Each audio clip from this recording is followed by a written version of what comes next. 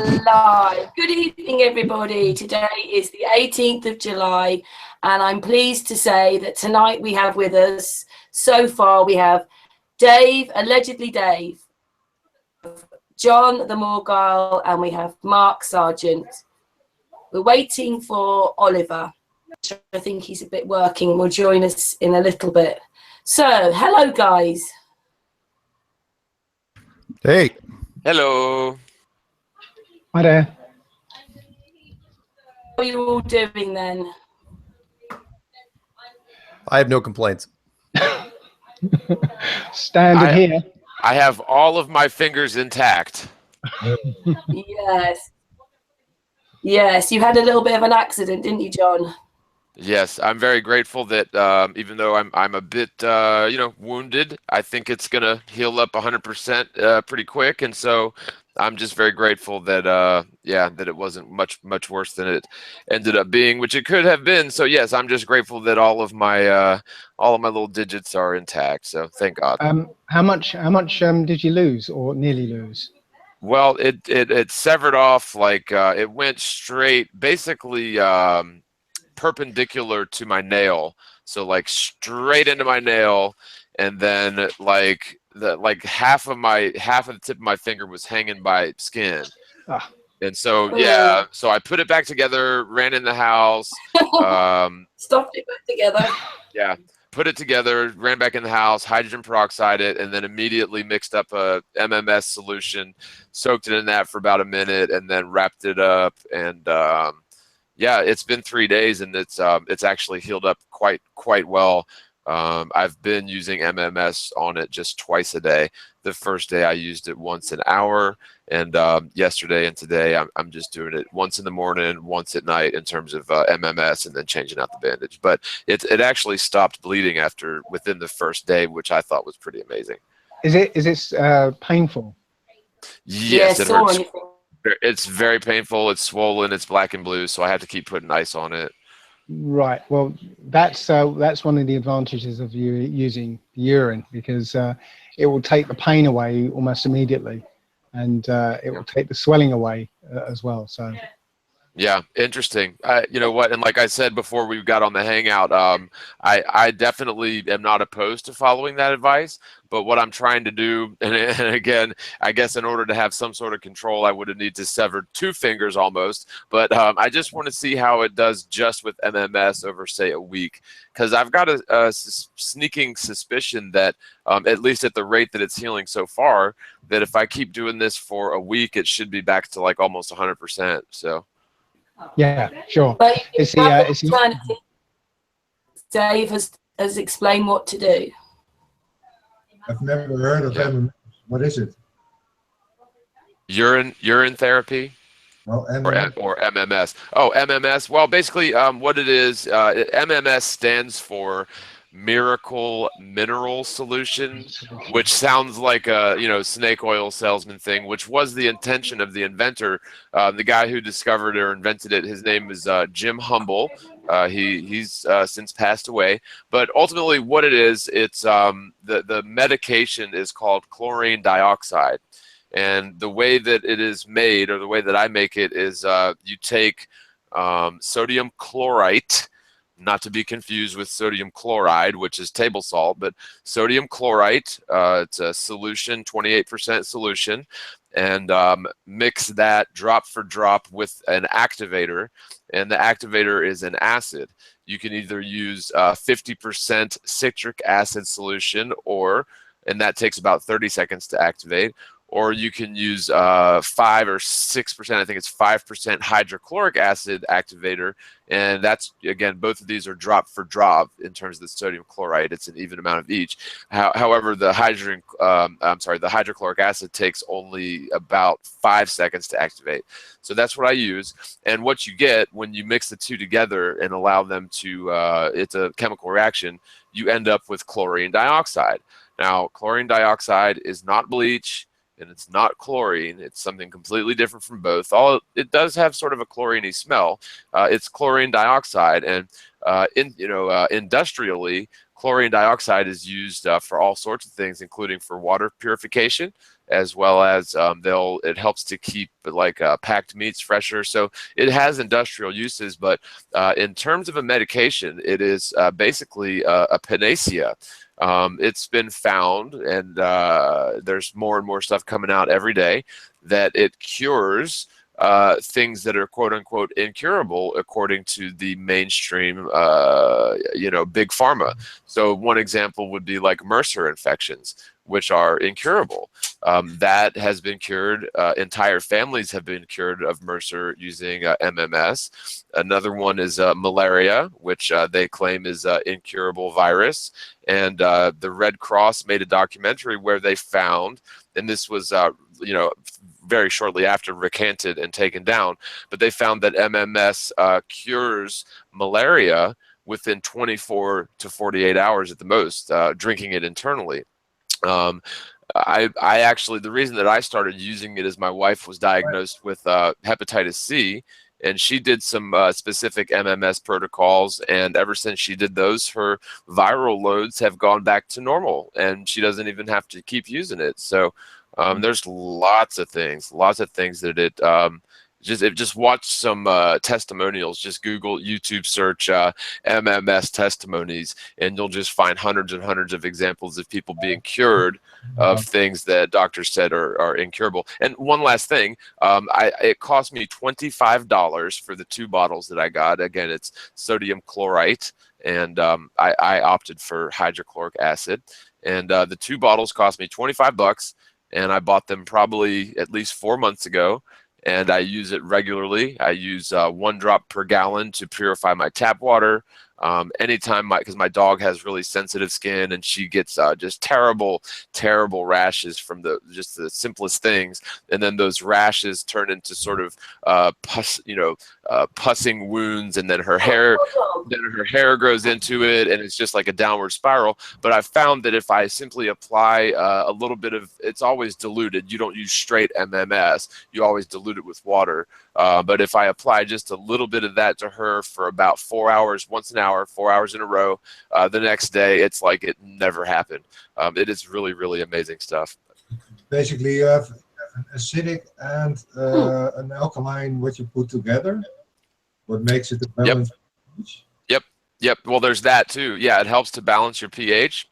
But you can, there's scientific documentaries on it. The guy who sort of picked up the torch since Jim Humble passed away is a guy, Dr. Andreas Kalker. My wife says it's Clacker, but I believe it's Kalker. I think it's Kalcker, but you can find him. Just research MMS Andreas Kalker, and you'll find him. And there's documentaries about how it works.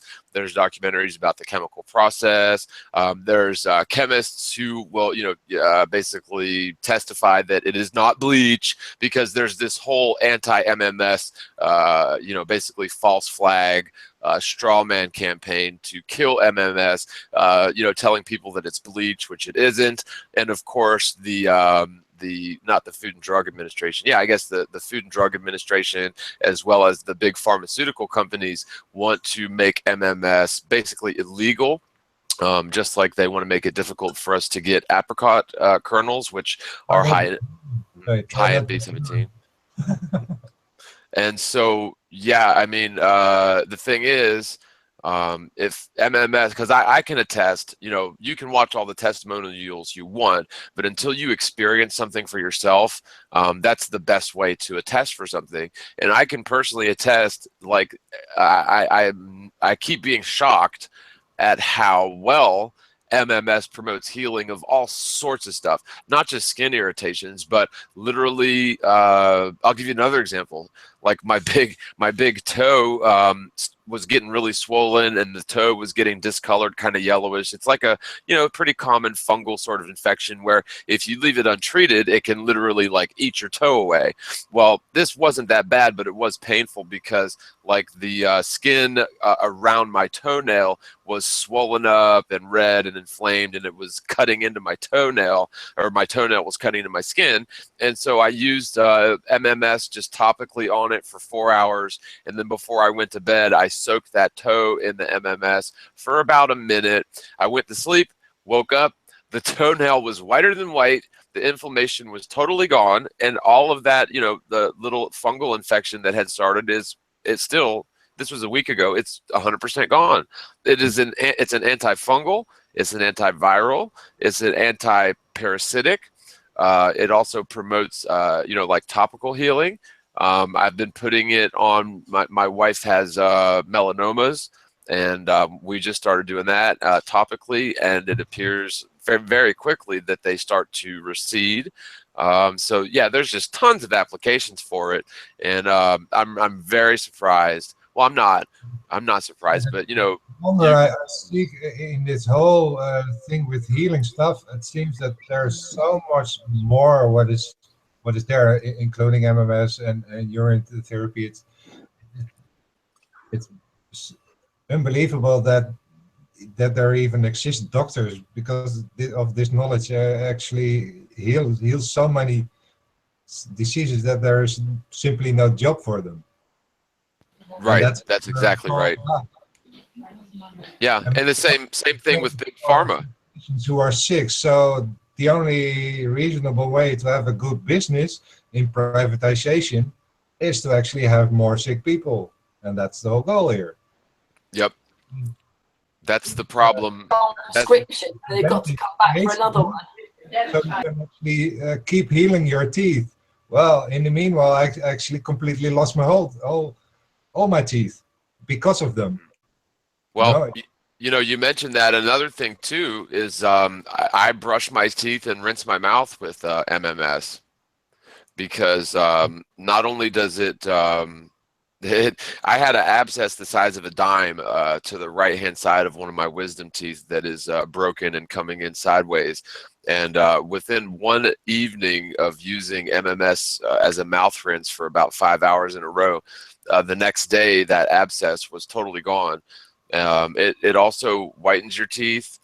It also, there's claims that it can, because you know we're all exposed to fluoride, and that fluoride makes deposits on our bones and joints. And there's a theory that's backed by pretty good evidence that the major outbreak in arthritis and rheumatoid arthritis in the world is a direct result of fluoride exposure, because fluoride tends to settle in the joints and the bones and the marrows. And there seems to be some circumstantial evidence that ingesting MMS internally actually helps with that sort of, I guess it's calcification or fluoridization of our bones and joints. So yeah, but back to the point though, big pharmaceutical companies, they can't make money if we have the ability to, say, grow pot and make high-grade, high-quality hash oil, which heals all sorts of things. They can't make money if we're well. So yes, they have a vested interest in keeping people just sick enough to keep returning to the doctor. Yeah, it's awful. Did you want to say something, Dave? Oh yeah, well there was a few things I wanted to say actually, but yeah, it goes a lot deeper when you realise that it's the Rockefeller family that essentially forced this type of medicine on us, which is it's called allopathic medicine, and the key thing about allopathic medicine is that they only deal with the symptoms, not the cause. And the reason is because allopathic medicine was just one of many different types of medicine. You know, there was like chiropractic medicine, there was herbalist, there was all these different types of medicine. And the Rockefeller family chose one and funded them to the hilt, and then, you know, got their media to only promote them, made all these medical foundations that would only promote allopathic medicine. But allopathic medicine was only for trauma care back in, you know, 100 odd years ago. You know, if you got hit by a bus, then you needed an allopath to put you back together and set your bones and stuff. Yeah. The point about that is that the cause of the problem is external. You know, i.e. the bus. So they, you know, the point is they never ever dealt with the cause. They deal just with the symptoms. So what they've done is taken that type of medicine and brought it out of its sphere really, and applied it to everything. the Rockefellers, but were able to sell lots and lots of their chemicals, which came from the oil industry, which they had already cornered.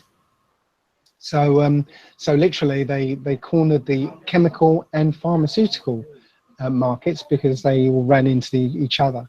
So literally they made money and started the march towards depopulation using the medical system. Yeah, Yes. that's an awesome point. And the thing is you're right. Like, there was a decision at some point in the past to use certain types of medication, and what we have now, it's basically pharmacopoeia, where doctors and even legally, you cannot claim that something is a cure for a disease unless it is a medication, and something cannot technically be classified as a medication unless it is produced and given the stamp of approval by the Drug Administration. And so something like a natural plant, like milk thistle or pot, or just a natural solution that anyone can access and doesn't have to be meticulously mass produced, that cannot be classified as a medicine or a drug. And so you look throughout history and you see things like doctors that used to, if someone was ill, they would literally do something called bloodletting, where they would bleed them out of their arteries, and their theory was that they would bleed out the disease, when of course, I mean, nowadays we see that as ridiculous, because if you take away someone's blood and they're already ill, you're just going to make them worse. But then you see that same sort of almost mutilation style medicine throughout history. I mean, look at chemotherapy and radiation therapy for cancer patients. I mean, that's been around for I think over 100 years, and they still use it. And what they're doing is, no, I mean, it does work in some cases. My wife is one example. No. I've got to say, sorry about that. Sorry to cut you off there. There's a 4% success rate with chemotherapy and radiotherapy and surgery, right? Yeah. What they say is you go into remission. Okay, if you look up the word remission, it means a temporary state of relief, right? Right. That's because the chemotherapy, all these treatments, all they do is act on the symptoms, which are the tumors. The tumor isn't the cancer; it's the symptom of the cancer. Well, Okay? What's funny, Dave, and not to interrupt you either, but what I've found in my research, and I think that there's a lot of evidence to back this, is that the underlying cause of all cancers is a vitamin deficiency. It's simply a deficiency of B17, which you can't find anywhere in the American diet, but you can get it naturally through things like apricot kernels. Well, it's not. I've got to say, it's not actually a deficiency of B17, but B17 is it's almost like it was designed to keep cancer at bay. And funnily enough, when I was living in America, and I first discovered vitamin B17 in apricot kernels, first thing I did was rush out and buy a load of apricots. Okay? Right. And I cracked them open and realized that the kernels didn't look like the kernels that I'd seen. Right. It turns out that, at least in New Jersey, I don't know if it's all over the country, apricots aren't actually apricots. They're genetically modified plums. Right. Yep. So you don't get B17 in those so-called apricots. Yeah, they're wanting to make it illegal to get them. And, to your point, I see what you're saying, but prior to, scurvy was a big thing. And prior to the discovery or the acknowledgement that vitamin C was a cure, I mean, you could have said the same thing, that, scurvy isn't a vitamin C deficiency. Vitamin C is just perfect for curing scurvy naturally. But I mean, I guess it's just semantics, but, it's not so much semantics. Scurvy isn't necessarily a deficiency of vitamin C. It's the environment that these people on ships were on, and it caused a kind of imbalance that caused the symptoms of scurvy, and that imbalance could be rectified by taking vitamin C. But it wasn't that they lacked vitamin C, because you can go on a long fast without any vitamin C, whatever, and you won't pick up signs of scurvy at all. Right. So- Right. Understood. Understood. I see what you're saying, but I mean, it was a phenomenon that occurred and it was rampant. And simply eating a lime a day will keep you from getting that degenerative sort of disease. But at the end of the day, though, I think we probably both agreed that when you mix medicine with capitalism, it's a recipe for disaster, because of course the bottom line, the profit margin, becomes more important than the people and their health. And if you look at things like, and my wife is a cancer survivor. She was actually given very young. She had cervical cancer. She was treated with chemo and radiation, and still is living today, and it's been decades. But yeah, it's a very small amount of people that survive through that. And you look at things like antibiotics as well. I mean, antibiotics by nature are poisonous molds. Mhm. And when antibiotics are overused and abused, you end up getting viruses and different things that are immune to the antibiotics. And I think that's intentional. I don't take antibiotics unless it's 100% absolutely necessary. Down the same. The point is,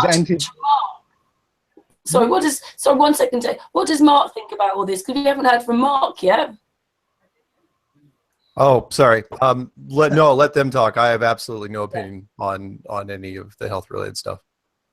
Sorry, I don't. I mean, I could throw out some nice sound bites like, there's no money in the cure, there's only money in the treatment, and stuff like that. But no, other than that, I've been fairly lucky, except for the one time I went into a doctor in, I think, 15 years, and they immediately put me in for surgery. So no, I hate doctors. The same. Just the same. Well, I've been looking at language quite a bit, and the language we use for such things. The word cure. I think I've already mentioned this before. Did I mention this before in this group? The word cure. Right. Well, you're talking about like remission is just a temporary relief, whereas a cure is getting at the underlying cause of the problem. Right? No, not at all. The word cure. There's another meaning of the word cure, and it's the actual meaning of the word. Do you know what it is? Well, I'm assuming it's not what we all assume it is. No, well, you probably know. I mean, what do you do with meat when you use the word cure? Oh, right. Like put it in the sun and let it dry out. Preserve. Yeah.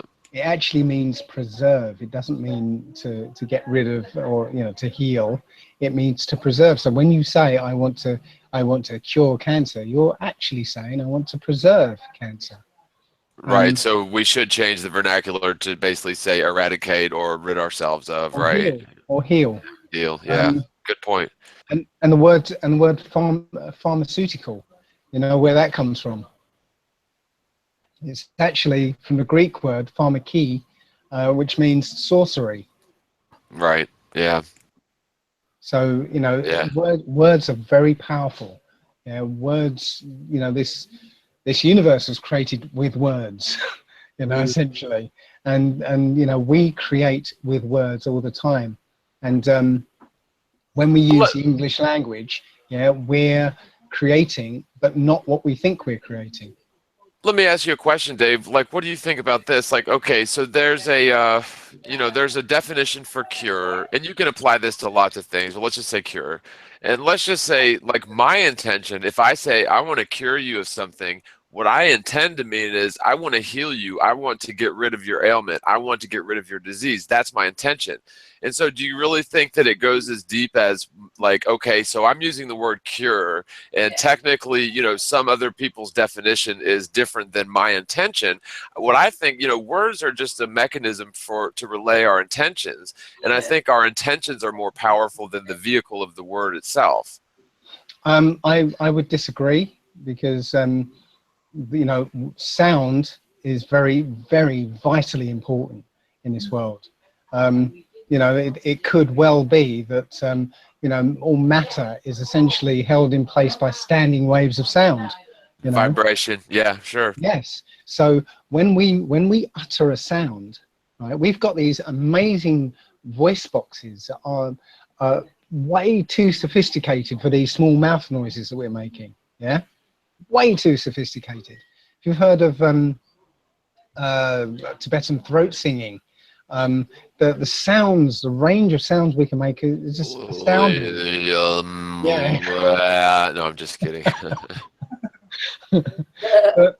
but what it is there's a few things that could be at play here, but the sound we make is important. It's, you know, certain sounds can levitate. You know, we know that. You can go and look for acoustic levitation, you know, online. Sounds can do things in the world, and this language has been manufactured so that it removes the power from us and usually negates it, which is why most English words, when you say one thing, it often has an opposite meaning attached to it. Yeah. So that when you say something, and you know, it's just like using legalese. When you say something to a policeman, like, yeah, yes, sir, I understand. You know, you're not. You think you're saying one thing, right? The policeman is hearing something else, and you've just incriminated yourself. You've just consented without knowing.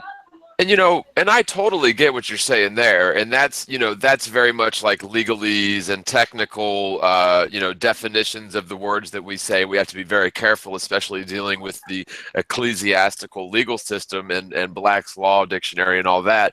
But what I'm talking about, I guess, is that I just feel like our intentions, yes, I believe that words have a lot of power, but our intentions, I think, are more, it's like, because I believe that no matter what language you speak, love is love is love is love. In any language, that emotion, that feeling is always going to be the same no matter what language you're expressing it in.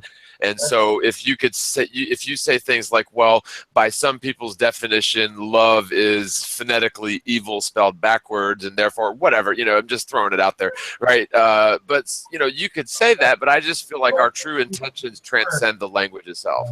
Intent, okay, but, you know, things, as I said, the word, the meaning of love is subjective, right? What you're physically doing is saying a word, you know. Again, we know that words are spells, you know, we spell words, you know. They are literally incantations. So if you've attached an alternate meaning to an incantation, you can fool somebody into believing they're being all nice and fluffy, but they're really saying, you know, casting, you know, an evil spell. An example, the word nice. When you use the word nice, it means stupid and ignorant. Okay. The word bad. Okay. And did I say this last week? Maybe I did. I don't know. But yeah, I think you did. I think yes. You were talking about this in our hangout. Yeah, so the word bad, Michael Jackson was started singing I'm bad, and all that. But just before he was singing that song, he was a masculine man. He was doing you know, Billie Jean and that sort of thing, you know. After that, he went effeminate. The word bad means woman-like and effeminate. Yeah. Words have power. That's what I'm trying to tell you. So that's one of the Webster's definitions of bad?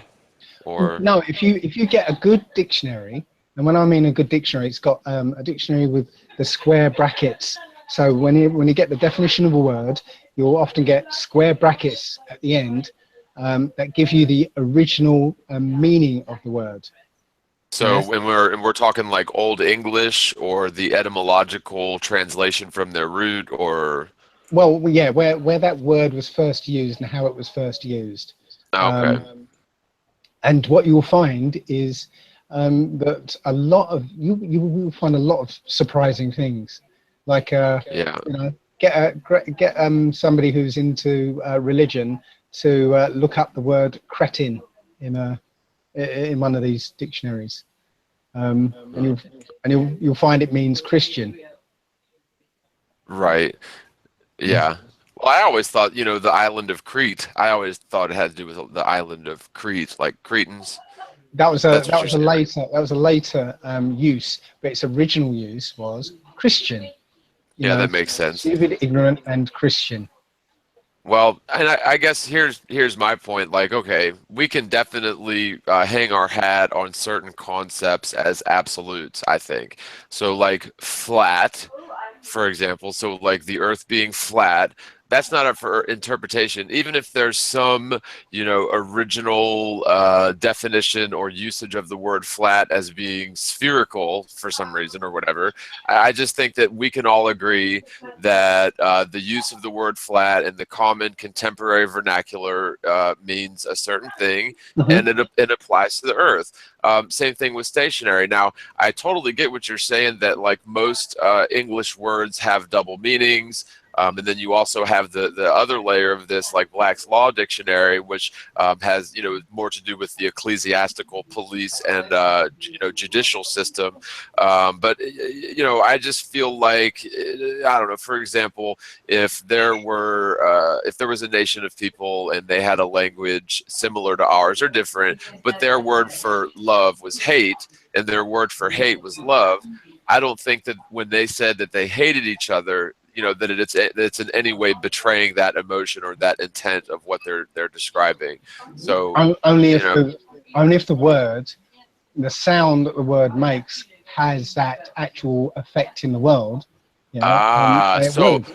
So we're going back to, and this is interesting because it was something that was brought up as early as I know in the Iron Republic book, but it's also been scientifically verified pretty recently that the original Hebrew alphabet, when the Hebrew letters or whatever, the Hebrew characters are spoken verbally, when that audio waveform is basically put through a modulator, the spoken word or the spoken character literally forms the same character in this sort of cymatic. Yeah, exactly, the cymatic pattern. So yeah, I mean, I agree with you there, but I just personally don't know ancient Hebrew. I know English, and I've found it really hard to learn, at least for me personally, to learn second languages. But I think that's because I've always been more, right-brained and more like creative and into music and things like that, rather than, and I've done well in left brain sort of mathematical, logical sort of things as well. But I think that's maybe why I've found it hard to learn other languages. And, my final thing would just be, as long as our intent is pure, if our words have intentionally been given false meanings or dual meanings that are, nefariously used against us subconsciously, I think at least being aware of that sort of nullifies the spell. I mean, at least that's my opinion. Well, I've got to say that here's a really good example. The word black. Okay. What do you think that means? I would say it's the opposite of white. It's void of color. Well, that's where you'd be wrong, because it actually means white. It's Old English for white. Yeah. That was the original. That was the original word. That's why we have the words bleach, blank, and blanco in Spanish, right? Yeah. In French, it actually means white, and it also had some negative connotations to it as well. And right, but so if we agree though that black is black and blue is blue, and none of us are aware of these connotations that come before our time, although some people are. I mean, I just don't see that necessarily affecting people's intentions or the conversation. I mean, you can call this, if you called the sky color purple, I just don't think it's not going to change the color. It's just going to change the agreed definition of what that color is. And, we could totally change our language altogether or use different languages, but all of these languages are expressing similar things in different verbiages. So I don't know. You're negating the power of language because, again, a few words can turn somebody into a sobbing wreck, A few words can literally hypnotize somebody. A few words can cause a massive physiological, change in a human. Sure. I would say if they're weak-minded, or if they're open to manipulation, or if they're prone to manipulation. No. Bad. People can die of bad news. if you can hear certain words and literally fall down dead because of them, yeah, that's the power of language. And well, I mean, it depends on the context. If somebody tells you that your whole family was killed in a car accident or something, I could see that maybe, but I don't see someone coming up to you and saying, you know, abracadabra and that happening. I mean, it's not the words that did it, it's the intention that was conveyed through the vehicle of the words. Well, you said about Paleo Hebrew. Well, it just so happens I've been actually studying Paleo Hebrew for the last couple of years. You just used a very interesting word there, abracadabra. Now we all know Right. that's you know, the magic word, but most people don't know is that that's a Paleo Hebrew word, and it means I create that which I speak. Huh, interesting. I had no idea. So awesome. That's Can I telling you just say at the moment that Billy has joined us on the Hangout, and we haven't mentioned that Gary's also on the Hangout. So do you two just want to say hello? Hello. Hi, everyone. Sorry. Is that clear? Carry on. Yeah, we can hear you, Gary. I'll bring you in a minute, Gary. No rush. You were saying, Dave, sorry, I cut the conversation there. But it's all right. I've been so- talking too much, so I better shut up. Dave, I you just never wanted- talk too much. Yeah, well. Could I just say that about you big YouTubers, but you don't actually have that many hangouts together, do you? Nope. How many times have you had a hangout with Mark Sargent, Dave? About 3, maybe 4. I don't know. Something like that. How many hangouts, Mark, have you had with Jon the Morgile? Few.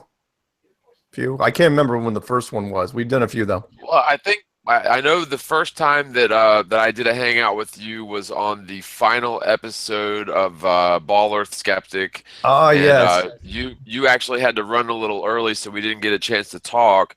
And then you and I Skyped one time, you know, like verbally, pretty recently.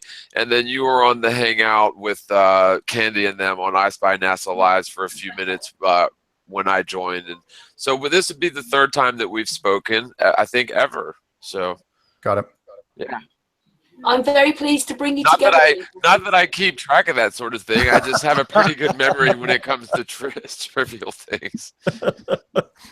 I'm glad to bring you together, guys, because you know it's good that all us flat earthers are talking. Agreed. Yeah, Well, definitely. I look forward to actually meeting the rest of you next year, I guess. Yes. Dave and Mark are going to be speakers at the UK Flat Earth Conference next year in April in Birmingham. Maybe Gary can come in now. Gary. Yeah, hi, everyone. Can you hear me? Hello, Gary. Hello? Yep. Can you hear me? We can hear you. Yep. Okay. Gary. It sounds like you're in a tin bucket, but yeah. Wherever I move around this place, it's not good. So I do apologise. Ah, that's better. That's better. Go for it, Gary. Gary's come on to have a little chat because obviously the web Yeah, you can hear me? page is launching in a few. Yeah, the web page is launching in a few weeks' time, isn't it, Gary? Yeah. If everyone can hear me, okay, I just want to mention, you know this thing about play on words that Dave was mentioning and Jon the Morgile. Is anyone aware of the fact that a lot of things are connected to maritime, where everything ends in like ship, like your flagship, hardship, township, lordship, kingship, and so on? There's loads and loads of words that end in ship. It's all to try and do with we're under the maritime, like the thing about you birth a ship, but you also give birth. So it's a different spelling, but it's actually the same meaning. I don't know if Dave can add anything on that, but I've just come across this thing the other day where we're under a lot of control, and the maritime side of it forms a big part. got any thoughts on that, Dave? Yeah, well, that's absolutely true. It's the it's all the straw man stuff. Yeah, we're all under maritime law, not the law of the land. Law of the land is common law. You know, don't cause harm, injury, or loss. But we're under maritime law with all these statutes and acts, which are all financial instruments, actually. Which you know, people are usually shocked to hear that you know, perhaps you know, a law about speeding, for instance. Well, that started as a financial instrument, and people essentially bought shares in that instrument. You know, shares of the revenue from that law. So, you know, whenever you have to pay a speeding ticket, somebody gets a benefit from that. Yeah, sure. Yeah. I would say, you know, my research has led me to understand that it goes way, way deep. The whole straw man, you know, fictitious character thing that definitely seems to be surrounded to maritime admiralty law. Also the Sestuy KV Act of 1666, and even like I had mentioned earlier, the sort of ecclesiastical police and judicial system, which all ties into this whole fictitious character, straw man personages, which we are all basically formed at birth. You know, our parents sign a certificate of live birth, and a few minutes later they are presented with a birth certificate. And essentially what has happened there is the government has set up a corporation in our name, and we essentially play the role of that fictitious corporation for our entire lives.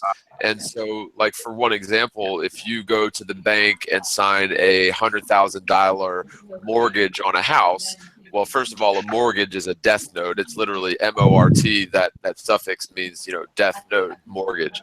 But that bank does not have $100,000 on deposit to cover that loan. And so what happens is by you signing that agreement with your corporate signature representing that fictitious corporation that was created at your birth, you've literally just created that $100,000 out of thin air. But you're on the hook to the bank for that $100,000 plus interest. So that's what's happening to the dollar on top of all of the Federal Reserve scam, is the fact that we're just basically inventing wealth or inventing currency out of thin air due to this corrupt, just absolutely bass-ackwards system that none of us elected to participate in, although it's been in place since long before we were born. And yeah, I don't find it surprising at all that there is some sort of a share or a trust set up where every time you pay a speeding ticket, some group of beneficiaries gets, you know, a nickel or whatever, you know, and add that up 300 million times a year, right? And a nickel adds up pretty well after 300 million times a year or whatever. So yeah, awesome. I'll tell you when I first realized, I first, you know, got my first actual proof of what I was finding out. I think it was 2006. I was still living in America, and I found out about all this stuff. And I looked at my checkbook, and I don't think anyone's got checks anymore. But certainly in America, when you look at your checks, the line that you sign on, you know, the line that you sign your name on, if you get a magnifying glass and look at that line, it's not a line. It's actually the words authorized signatory in microprint. And if you get a magnifying glass, you can read it. You know? And I literally went to my checkbook and read it, and it was like, of course, you know, I'm signing for this corporation. Doesn't it also say authorized signatory underneath that line as well? Well, my checks, it was the line. Right. Yeah, no, I know what you're saying. I don't have any checks either, but I can order some just to see. But I never looked that close. But I do know that when I've signed checks in the past, you'll have that line where you're supposed to sign. And I understand it may be microprint, but usually underneath that in parentheses, it says, you know, authorized signature above this line only or whatever. Mark, are you into all this stuff, by the way? Have you been looking up the death certificate and all that kind of stuff? I was into it a while ago, but to be perfectly honest, I've been doing pretty much nothing but flat Earth 24/7 for the last couple of years. So Yeah, that's fine. I mean, it's interesting. Me too. Yeah, me too. Can I just add that this Agenda 21, I don't quite understand it, because the more people there are on the planet, the more debt that they owe, more control the elite have. So if there is going to be a cull, then I don't understand how the two go hand in hand. So I don't know if anyone on the panel here can explain it, but I don't understand. I would say it's fear. I would say it's fear porn, but go ahead. I was going to say it's misdirection, because the elite don't care about money. They have all of it. They print it. They don't care about money. It's control, isn't it? It's all control. Sorry? It's all control, isn't it? It's leverage. Yeah, that's literally it. They're slave tokens. You know, the elite actually don't use money. You know, you can imagine the Queen, when she goes around, she doesn't ever whip out a tenner to buy some chips or anything. You know, she goes somewhere and she gets everything for free. You know, the elite don't actually use money. It's only us. So money is a kind of misdirecting, misdirection. Yeah, the depopulation agenda is the top agenda. Yeah, they don't care how much money they spend or how much money they lose pursuing it. It's all about getting rid of people. The first line on the Georgia Guidestones. Can I just say that one of you is breathing deeply? Yeah, Gary. Anyway, I think Oliver's joining us now. I think Oliver's coming on. I can see him in the Hangouts, I think. Or he's coming on in a moment anyway. It's not working. Good luck. Oliver's coming on and Gary wants to talk a little bit about the conference. But can I just say, Mark, what have you been doing lately then? How much time do I got? Can you hear me? Yeah, we can hear you. Oh, okay. Well, I can give you kind of a breakdown of what's happened since we've talked last in the community. About 3 weeks ago, I was called by the Denver Post out here in the United States. They're out of Colorado, and we spoke at length about the whole flat Earth thing. Did a full-blown interview, and I thought the story was going to get killed. To be perfectly honest, at the end of it, they said, "Well, where else can we talk?" And I who else can we talk to? And I said, well, okay, there's some people out in Colorado. There happen to be 2 other people that are going to the conference in Colorado, the American conference. So why don't you go hook up with them if you can? And then they went to 2 of the meetups. But during one of the meetups, I heard a rumor that the story was going to get passed off to a different reporter, which usually means you're going to kill the story. And so the Thursday before they ran it, I contacted them and I said, okay, just out of curiosity, are you guys going to run this thing or not? And they said, oh yeah, we're going to run it. Did not tell me it was going to be the front page. And so that was a week ago, not last Friday, but the Friday before. So all of a sudden I woke up and there it was in the front page, top of the fold with pictures. On Denver Post, which was, they were covering the flat Earth meetups that were happening in Colorado and the conference, and they said a lot of very fair things. It was great. I honestly thought the person that wrote it was a closet flat earther, because they didn't do any counterpoints against it. It was all, these are the points from the flat earthers, and they didn't bring in scientists afterwards. Usually you can tell when they're against it, because they'll end the article by talking to some university professor or an astrophysicist or somebody at the planetarium, someone along those lines. Who usually has the last word, yeah? Yeah, usually they'll have the last word, and that didn't happen, which was great. And why? Even Christopher Columbus noticed the Earth was around. Exactly. Yeah, you know what I'm talking about. That when they, like, for example, when the Philadelphia ran the stories, the video stories, the television stories against a billboard. I say against because they spent quite a bit of time talking to people that were, high academics supposedly, and just people who were incredulous about the thing in general. Exactly. But what was interesting was because they put it on that was their lead story for the day. There was a lot of mainstream activity that focused on that because people look at each other's work. So the Houston Chronicle down in Houston, Texas, they immediately looked at it, contacted me and said, who can we talk to down in Texas? So I referred them to Patricia Steer down in Texas.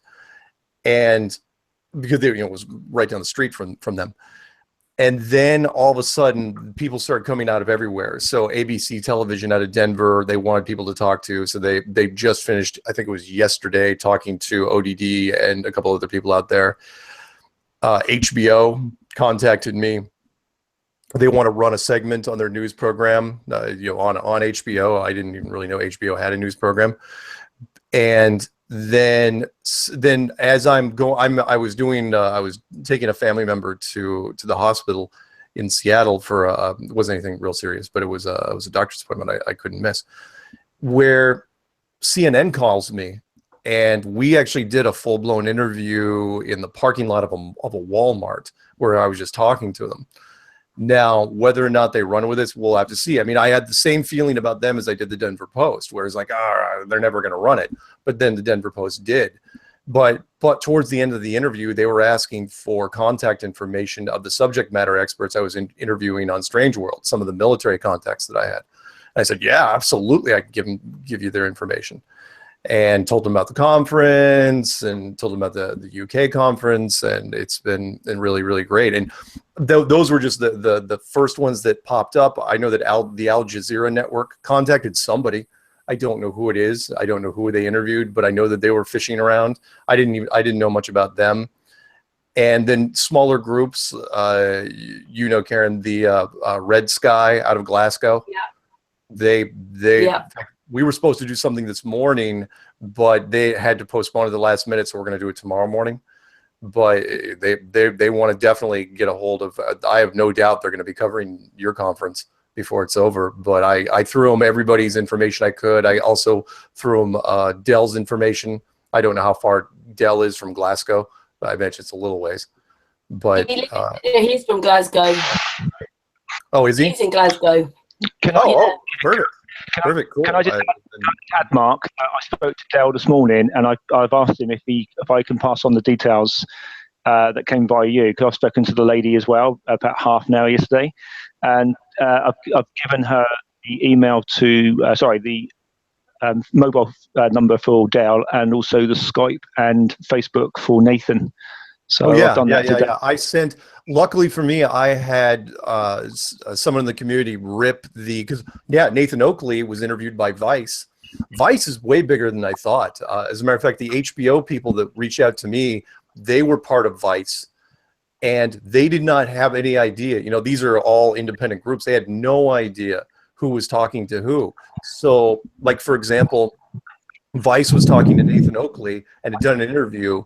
The Vice group over here in the States had no idea the two were talking, and so I sent him the Vice interview from Nathan. I also sent it to the girl from Red Sky, and then a third Vice group, which is completely different from those two. They're going to be actually showing up to the conference in North Carolina. So it's like, and it's fantastic. The exposure. It sounds like lots of flat Earth stuff and talking. It's brilliant. Oh yeah. It's really, again, it'll take a couple weeks, I would think, before we see like the television thing that ODD did yesterday. It'll take a while before that one is, however they decide to push it out. But it's been amazing. I was really surprised that CNN would even bother this early in the game, but they seemed very curious about it. I'm interested in seeing all this, and I haven't seen Nathan Oakley's interview with Vice, so I'll definitely have to check that out. But there's been a very few cases where Flat Earth has been given some kind of mainstream media attention, and whether that's with Shaq or the other basketball Kyrie player. Irving. Yeah, yep. And there's even instances where flat earthers get a little bit of media attention. And one thing that I don't know if I would say concerns me, but just maybe sort of I guess you could call it a pet peeve, is that something that's never mentioned when flat earthers are being interviewed or questioned, like about flat Earth, the two things that are never mentioned, it seems, with few exceptions, are the lack of curvature and the lack of motion of the Earth. Right. And so one thing that I would just urge anybody that has opportunities to get flat Earth into the mainstream, there's lots of theoretical stuff that we can use against the heliocentric model, which, that's sort of my self-proclaimed forte. I love poking holes in the heliocentric model, but the basic tenets of flat Earth are just so very simple. There's no curvature and it's not in motion. And I just hope to impress on anybody that gets an opportunity to have a mainstream sort of venue or voice to push at least those two simple things as at least once. You know what I mean? Because I hate to see flat Earth get media attention, but never once is the utter lack of curvature even mentioned, not even in passing. So yeah. Anyway, you're right, and that's what I kind of lead with now, because it's the easiest thing for the general population to understand, even though you kind of have to break down that 8 inches per mile squared thing to them. Right. But if you speak in general enough terms, yeah, it's absolutely the thing to go after, because, as you know, it's the easiest thing to test for people. Right. Dave's done a test. I mean, it's since most of the population lives next to some sort of body of water or can get to it. It's easy enough to. It's like, look, you don't even need a P900 to pull it off. Just go out to a body of water and grab some sort of camera, and you can see for yourself what isn't there. Well, so, I was lucky enough to go to the Bonneville Salt Flats just recently, and I took we had a P900, we had one of those Cree LED flashlights, and I had a laser. So nice. I literally went 5 miles. Took a BMW, went 5 miles across the salt flats as fast as I could, and literally went 5 miles out. There was somebody at the other end with the camera and the flashlight above the camera, right. And I got the laser and pointed it, sort of waved it around like about an inch above the salt, and I was trying to aim it at the camera, wherever the flashing light was, and sure enough, we saw in the camera flashes of green, which again couldn't be over 5 miles, over inches from the surface. So, yeah, it's we've got lots and lots of examples. Over the salt flats, I think would be better than over water, right? Because you would have less, less refraction, since it's a less moist environment. That as well, because obviously you're not getting, it's not humid, and it's not it doesn't get as warm and wet as obviously the ocean. Also, because it is perfectly flat, yeah. When somebody walks away, and I did this with a camera, somebody walks away from the camera, literally you don't lose them as much as you do over the water or over grass or anything. Because literally you don't get anything, higher than your eye line. The only problem, if I can interject here for 1 sec, the only problem with doing a test on a salt flats or like the Salar de Uyuni or anything that's on the land is you can only go so far. You can only back up science so far before eventually they throw out the argument, well, yeah, but it's still just a flat surface on a round ball. Like, no different than a pool table. A pool table is perfectly flat, but it doesn't mean that the surface, that it's sitting on, that everything around it's flat. And I counter that with, well, how does that work on a spinning molten ball then? How do you get flat spots on a spinning molten ball? I know. They'll say it's improbable, but they won't say it's impossible. And I absolutely.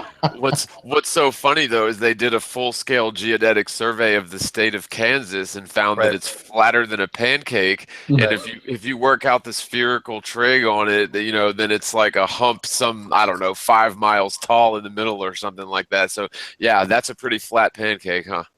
Yeah, and Kansas is only one of, I think, I'll have to check it just to make sure, but like 9 states which are along those same criteria. It's not just Kansas. Kansas was the only one that the university bothered with, but like Florida, That's a perfect example. In fact, Florida's almost underwater. Yeah. Could I just say that we've got Oliver who's joined us now? Oliver, do you want to say hello? Sorry, series. Oliver, do you want to say hello while you can? Who's breathing? Oliver? I think that's Billy. I don't know, is it Billy? Gary, Gary. Through the mic. Anyway, let me sum up my thing saying, look, it's been really, really busy in the whole flat Earth world recently, and the stories that should come out in the next 2-3 weeks, well, we'll see how they get spun, but I'm excited to see where it's going. Hey guys, can It you hear me sounds now? really exciting. Yeah. Hello, Oliver. Hey, what's up? I'm just listening. He just came back from work. I see there's loads of people here, so hi everyone. Hi. Hey, Oliver, how's it going, bud? Buenos Hey, what's up, dias. man? Buenas tardes, señor. You got it. You got it, Billy. Gary, all of the people are here now. Do you want to say your bit? Oh, sorry, I muted you. Series. Yeah, his nose is breathing all the time through the mic. I've got a heavy breather on the. Gary, your mic is muted. If you're talking about the conference, we can't hear you. Yeah. Yeah, Gary, unmute yourself now. It's a rookie mistake. You hate to see it. There's always got to be a technical thing. There always has to be one. Gary, we can't hear you. Yeah, can you hear me now? Yes. Sorry, I'm away from my phone, so I'm trying to keep it close to the Wi-Fi. I just want to add something, Mark. You know the Denver Post. Did you actually also remember what is actually on the headline? Not the headlines, but the smaller article within the actual the front page. Can you recall? I'd have to pull it up. Why? Did you have the picture in front of you? I actually recall it. It's actually Trump and Putin meeting. So basically, that took second billing to the flat Earth. Oh yeah. I was just so you know, I was a little, if you guys ever bothered to look up the article, I was a little nervous about the picture they used, because they came up and they took several pictures at the meetup, but the one they used was the one with the children. And I thought, okay, I see where you might be trying to swing this, you know, kind of sensationalize it a bit, and that is sort of like a flat Earth cult, you know, sort of like another Branch Davidian thing. I was like, yeah, I suppose you could go down that road, but we don't have a compound, and I don't think anybody could claim they're David Koresh, except maybe Matt. Matt might do it. A cult of people following the scientific method. Yeah, that sounds dangerous. Well, you know what I mean. You look at the children. No, I know. You look at the children looking up at the screen, and even the first thing I looked at, I was going, "Ooh, is that what you're gonna do? Is that No, how you're gonna?" I see what you're saying, but yeah, no, they'll spin it. Yeah, they'll try to spin it all sorts of ways. The mainstream media is not going to be a very conducive vehicle for the flat Earth awakening message, just by their nature. I mean, we all know that the mainstream media is just a mouthpiece for the government, who is more or less it's a corporate fascist structure, and the media is just a small part of that. So yeah, they're going to do whatever they can. And I have no doubt that if CNN actually runs the story, that mainstream science will have to respond, and they'll bring out. I don't, you know, will Neil deGrasse Tyson get drug into it? Maybe. Will Bill Nye the Science Guy? Probably. Will Brian Cox on your side of the world? Yeah, maybe. I would debate any of them any day of the week, anytime. Just saying. I agree. Me too. Just give me that chance. Reference the conference. I'm actually I'm working on two paths. One is to obviously do a repeat conference, and this time it would be over 1,000 people. At least 1,000 people is my goal. So obviously I'll be looking at a venue that can take that. But also I actually think that we may never get to a second conference, because I think the momentum is building at such a rapid rate that it wouldn't be a conference of the same ilk of the one in April and the one in November. It would actually be almost like a transitional conference to do with it's now in the mainstream and it's out there. So I'm pulled between two, but obviously I've got to assume either could happen. Well, why don't you actually invite Brian Cox? What, invite him? Yeah, Yeah, invite him. yeah. I think I will. I think I will. I Invite have him. actually. I did write. Yeah. I did write to Bill Nye once, and it gets vetted by a load of admin, and they never came back. I did it in a very passive way, Dave, where I did it in such a way that they would think that I was genuine how I was asking, because I wanted him to answer, and then I was going to go back to him with a second question, and it was the second question that was going to be damning, because obviously I had been hopefully a bit of an audience. But yeah, I'm not against it. I'm actually not against it. Invite anyone, including Trump, you name it. Anyone. I'll even invite my next door neighbour. There you go. Well, I sent 2 letters to Neil deGrasse Tyson, to the Hayden Planetarium, and to another office that he works at. I sent on his Twitter feed, on his YouTube channel, on his Facebook channel. You know, literally, if he didn't get those 12 questions I asked him, he's trying very, very hard not to. Yeah. So, Yeah, it's funny, isn't it? But yeah, getting back to the conference, though, I do feel though that after this one in November and the one in April, I do think that things are moving along at such a rapid rate that I just think that it's just moving on. I just think it's incredible, really, the growth. yeah. It is. Well, Mark's just been saying, hasn't he, how much, like, he was never expecting the article to be so well placed in the paper, or not, there wasn't anything said against it. So that's good, isn't it? And the conferences, it's brilliant. It's all brilliant for the flat Earth community. The other thing I want to ask you, Mark, about the 18 million views that I believe is behind Trump, but in front of Lady Gaga, is that videos or views? It is not just no, it's not video views, it's search results. And what that means is it's obviously not 18 million videos, it's whatever algorithms that YouTube is using to rank things. So, and it used to be that you could spot it just when you typed in flat earth, just in the general filters, but then they did like a stat squish. And I don't know why. I mean, could have been just to curb our enthusiasm. I'm not exactly sure. But Bob from Globebusters was the first one to find it, because I mentioned to him, I'm going, look, they're crushing us in the numbers, you know, in big chunks. And he goes, no. He goes, I always search by upload date, because that way you can find out what the latest and greatest is. And it's sure enough, when you sort by upload date, you'll always get the highest numbers, no matter what topic it is. And yeah, Lady Gaga this morning, I think was coming in at like 16.5. We just broke 18. Trump's at 19.8, 19.9. I say that's pretty good. You know, NASA comes in at 8. Neil deGrasse Tyson doesn't even come in at 1. Like for example, if I type in like Brian Cox, and I know he's not the same, but if I type in Brian Cox and then sort upload date, he comes in at 4.5. So you know, it's amazing. Again, all these things, and like I could type in like here's some fun stuff. Like you type in like the Beatles, right?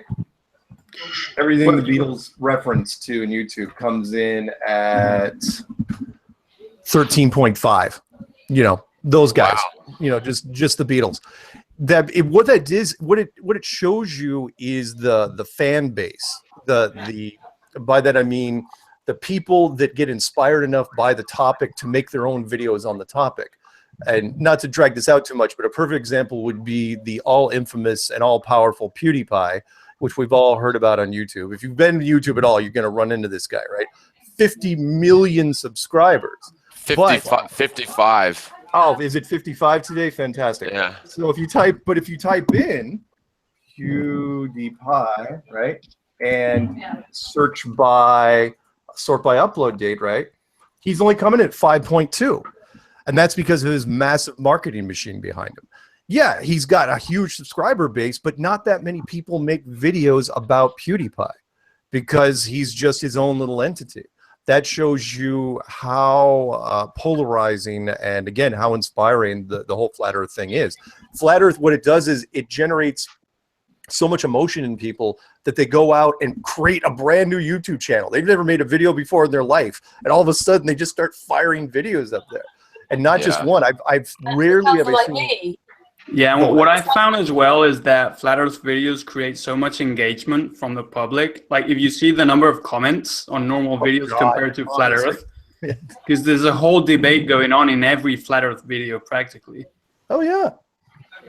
Oh yeah. Well, and I think the trolls help us in that regard because when absolutely. Gets more comments, it gets higher ranking, and the trolls comment more than the flat earthers, I think. Yeah, because one of the things that YouTube counts is the engagement in their algorithms to promote videos and all that. So they actually help us, as you said. Oh yeah. Yeah, they help our metrics. And again, that shows you if you're passionate enough, not only, most of the people are passionate enough and they say positive things, but then the trolls, people that have never trolled before, we're creating brand new trolls where they come in, create a brand new channel or multiple channels and just start attacking and making videos saying Flat Earth is stupid, Flat Earth is ridiculous. It's like fantastic. You just added to our metrics. It's like firing wooden arrows into a bonfire. It looks like you're doing something. But really, you're just making the bonfire bigger. That's all. Nice. That's all that's happening. Well, the other thing I've just started noticing is that I've been sticking my name into Google and finding like lots and lots of tiny podcasts and stuff where I guess trolls have just started putting up their own podcasts, not podcasts, but blog pages saying, debunking me and debunking us. And you wouldn't know about them unless you actually looked for them. But there seems to be lots of them out there. I've just, I think I spent 3 days, just turning up on these blog pages and saying, by the way, you got all this wrong. But yeah, they're sort of doing this all in the quiet, in kind of dark little corners somewhere, And the mirrors. I got sent one of those the other day. Someone did that to me. They said that they did the same thing because they were talking about the curve of the Earth. So I was lying because there was the curve of the Earth, and I thought, oh my goodness gracious me! I just deleted it. Yeah. Let me share a quick story with you. Before I do that, I got to mention to Dave. Dave, I cannot tell you how many times, again, shows you the metrics, how many times I have seen your mug in that Macedonian interview. Oh my God. That interview has been mirrored so many times in so many different, you don't even, it's not even, most of the people that are mirroring it now have no idea what your name is. I know. It's like, some guy talks flat Earth on television. I think the funniest one is that Black Man stumps television. I saw that too, and it was after I had seen your video, and I was like, what does that even mean? And I clicked on it, and it was you. And by the way, I think you did a really good job on that, if I didn't already tell you that. So, yeah, well done there. Oh, it's fantastic. I'm so glad he did it. Jealous because, again, they called me. It's like, oh, yeah, would you like to come out and do a follow-up? I'm going, yeah, it's probably not going to happen since the studio probably gets so many calls and emails. So I actually spoke to Milenko, and he said there was nothing negative about that that followed that interview. So I'm really surprised he didn't go into why he didn't call you. Like the Denver Post, their write-in section, they skew older people that still read newspapers, that sort of thing. The comments were coming in so furious. I mean, people were writing full-blown, letters, that they actually did a follow-up article where they were posting letters that were written to it because people were just getting so, it's like, how dare you? What is it? Elderly woman dies of heart attack because of Mark Sargent's flat Earth words. Exactly. So I gotta mention this real quick, then I'll pass the floor on to whoever. Which is, I'm as you guys know, I'm a big gamer, always have been, lifelong gamer, and I still do play games from time to time. In fact, I still have my original Warcraft account from a long time ago, and they have chat rooms built into the game. So when you log in, you go into any major city, there's a chat room. So I just log in, right? I swear to God, God's my witness here. I'm logging in. And I'm looking at the chat logs, pulling up, it's called Trade Chat. And there are people arguing in Trade Chat about flat Earth. I haven't said a word. And I'm watching this, so I was going, no way, right? And so I thought I'd be clever, right? And I go, hey, research flat Earth clues, blah, blah, blah, right? And my handle, I don't use any aliases. I always just use my name, Mark Sargent, right? And some guy goes, oh, that's really cute. Yeah, you got Mark Sargent's name. That's really funny. And I go, what? No, it's me.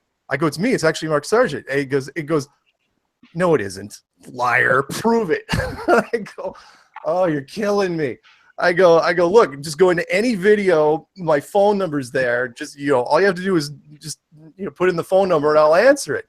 And sure enough, when he called it, I said, oh yeah, you're calling from such and such area code. He goes, get out.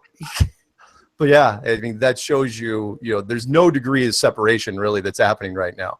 It's in all sorts of fun little nooks and crannies, and it's just getting wilder by the week. Can I Yeah. add Anyway, the actual, the very fact that it's seconds. got to speak up. Yeah, can you hear me? Hello? You're a little bit far away now, Gary. Right next to it. I'm shouting. That's it. Yeah, but the very fact that it's seconds, the authorities in YouTube must be sitting up and taking notice. They have to take notice, because they can't just ignore something that so many people know. I mean, the cat is out of the bag on this, and for corporations to pretend like it doesn't exist is going to make them lose credibility. They know that, and so they have a choice to. I mean, they're not going to embrace flat Earth, but it's almost as if they have to acknowledge it, at least until the mainstream media is able to sufficiently destroy some sort of an effigy of or like a straw man of flat Earth. Yeah. They'll probably put flat Earth in the algorithm to demonetize all flat Earth videos or something like that. Yeah, I should start putting in my search terms like the Earth is a globe and see how my monetization goes. Right. I mean, to be fair though, I mean, again, you know me. I've always said that they're gonna help this thing and try to turn it in a certain direction. The search engines really haven't changed. They're still recommending flat Earth videos to a ton of people. Every search engine, I don't care what it is, if it's Google or Firefox or Mozilla or Safari or any of those things, when you type in the Earth is or just the Earth, the one of the first things that pops up, if not the top one, is the Earth is flat, and that is so. It doesn't even have to be the flat Earth. You can put in anything, and somebody's made a video that says like Lady Gaga, the flat Earth. So, Yeah. They're clearly making a lot of money on it, aren't they? Really, they're not going to stop something that's a cash cow for them. Well, but it hasn't. The gold rush really hasn't happened yet. And I think it has, not for the content creators, but I think it has for YouTube and the larger entities. Oh yeah, no. I'm not talking YouTube. I'm talking about just general mainstream media. There's no other topic out there that generates this sort of numbers, which hasn't been exploited yet. And that's why the producers are, kind of they're circling around like wolves, but they don't know, for whatever reason, something is holding them back. And only now are we finally seeing.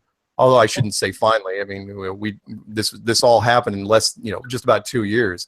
So hey, well, it's kind of obvious what's holding him back. The point is, if it actually breaks into mainstream, then everything be saying, okay, why are we paying $10 billion a week or whatever it is to NASA if they're not actually going up to space? Hang on. We're paying all this money to get these satellites up there, and they're not up there. So, it's like, not to mention universities. The different degrees that study physics. Everything will be affected. There's too much of an empire built around theoretical physics that it's not something that they can just let go of overnight.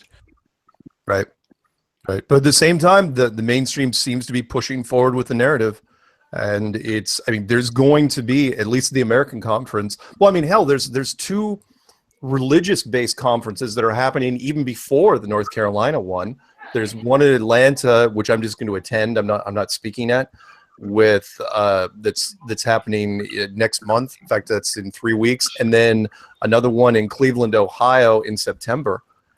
And they're apparently doing really well with attendance and stuff. The North Carolina conference is sold out. There's a waiting list. There's probably going to be scalpers before it's over. In fact, even the press might be sold out.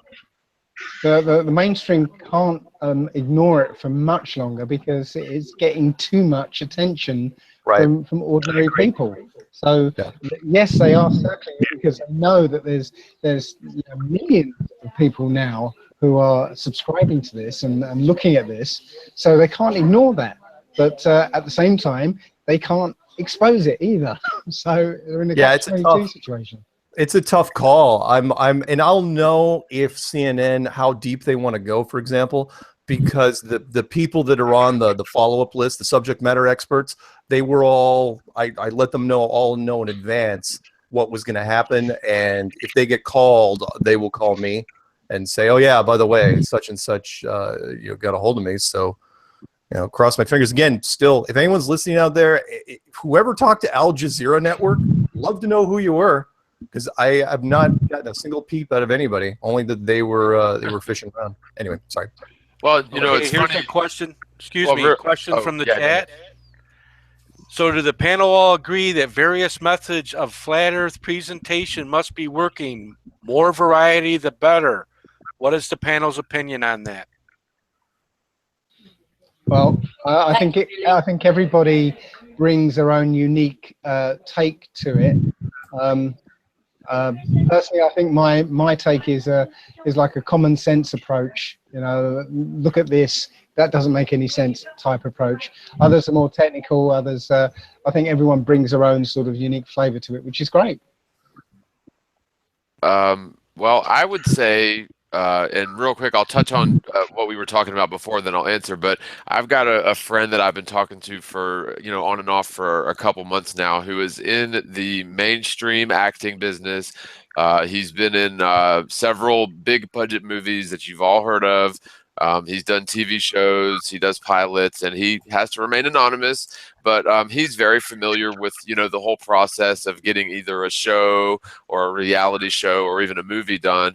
And he's expressed to me that, like, he knows the business well enough to say that he could put together a flat Earth reality show for relatively cheap, get it produced, get it green-lighted all the way up, and he knows that based on the way that it's, the pyramid of the whole thing, that it would get nixed at the last, at the buck stops with the higher producers, and he just feels that they would not let it out. You're absolutely right, John. By the way, it's because I've been part of some of those meetings, which is, it's not the making of it that worries people; it's the distribution. When you get up to those higher levels, you can make the show all day long, but it doesn't do any good if no one's willing to put it on their network.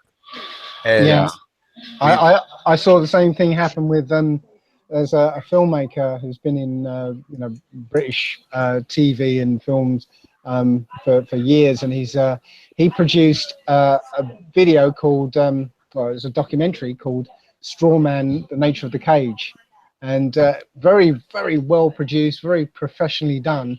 And he tried getting it sort of out there on television, because he used to work for Channel 4, and he was absolutely confident he was going to get it on Channel 4 since he had all the connections and everything. But no, never went anywhere. So he ended up releasing it on YouTube. Wow. And anyway, to answer the question from the chat, in terms of the more variety, the better. I mean, it depends, because, I think everybody has their own approach. And I think if somebody, really is a flat earther and they want to spread the word of that, then everybody has the right to do that however they are best suited. So, like, if I make videos, that's one thing. If other people make bumper stickers, that's another, whatever. But on the other hand, if the variety that we're talking about entails just complete, I guess you could say, utter nonsense and conjecture. Let's just give a perfect example, which would be the Flat Earth Society. Right, we're all familiar with how that's basically a controlled opposition campaign in order to make people think that flat Earth is stupid. So if you consider that part of the variety, and there is that sort of thing going on, if you YouTube search flat Earth, you're liable to, you're going to find hundreds and hundreds of videos, and some of them may be great, and others of them may be just completely awful. And so in those terms, I don't necessarily think that variety is better. And in some senses, I think it would be better if we had, sort of a centralized flat Earth hub, right? Where, and I'm not necessarily saying a brick and mortar thing or something that's inclusive or exclusive like certain online forums are, but just some sort of standard not necessarily adhering to a model, but some sort of standard that we should follow. Because, like, for example, even though globe earthers do this, a well-versed globe earther is not going to go around misrepresenting the globe earth model. They're going to represent their model or their ideas properly. Now, granted, we don't necessarily have a working flat earth model, but we damn sure know that the earth is no spinning sphere. And so in the sense of, the more variety, the better, yes, to an extent. But when you get people that are out there intentionally putting out misinformation, then I think that sometimes, that sort of variety can muddy the waters. And I'll shut up here, but just another final example is like the JFK assassination. Look at the variety of theories that surround the JFK assassination, and that sort of variety muddies the waters and ends up making people throw their hands up and eventually say, we'll never know what happened, and because look at all these confusing theories. And we know for sure that the mainstream official narrative of the JFK assassination or 9/11 or whatever isn't true. But was the gunman on the grassy knoll? Was it a lone gunman? Were they in the sewer? Was it something else? Was it a magic bullet? And that sort of variety, I think, can really hurt the conversation as a whole. Can I just say one thing? I know it was for the panel, but we're all like part of a jigsaw puzzle, and we all learn which part that we're going to play and know what we're going to do. You've got Billy and Dave and Ceres who are really researching stuff. You've got you, like you, Morgile, and Mark, and maybe Oliver. We're like platforms. We can talk to people. We can help people. We can bring people over. We've all got our place. We can't all do the same thing. We'll all be doing different things. Agreed. Yeah, I totally agree, for sure. Okay, I have another question from the chat. This one is from Mark Sargent. What does Mark think about the square looping map, and does it affect his snow globe ideas? Wait a minute. Say that first part again real quick. Okay. What does Mark Sargent think about the square loop map, and does it affect his snow globe ideas?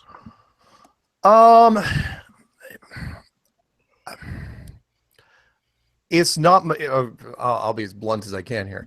It's not my favorite map yet, but at the same time, I try to tell people the same thing, which I've been going on for 2 years now, which is whatever map it ends up being the final map. This is my preface.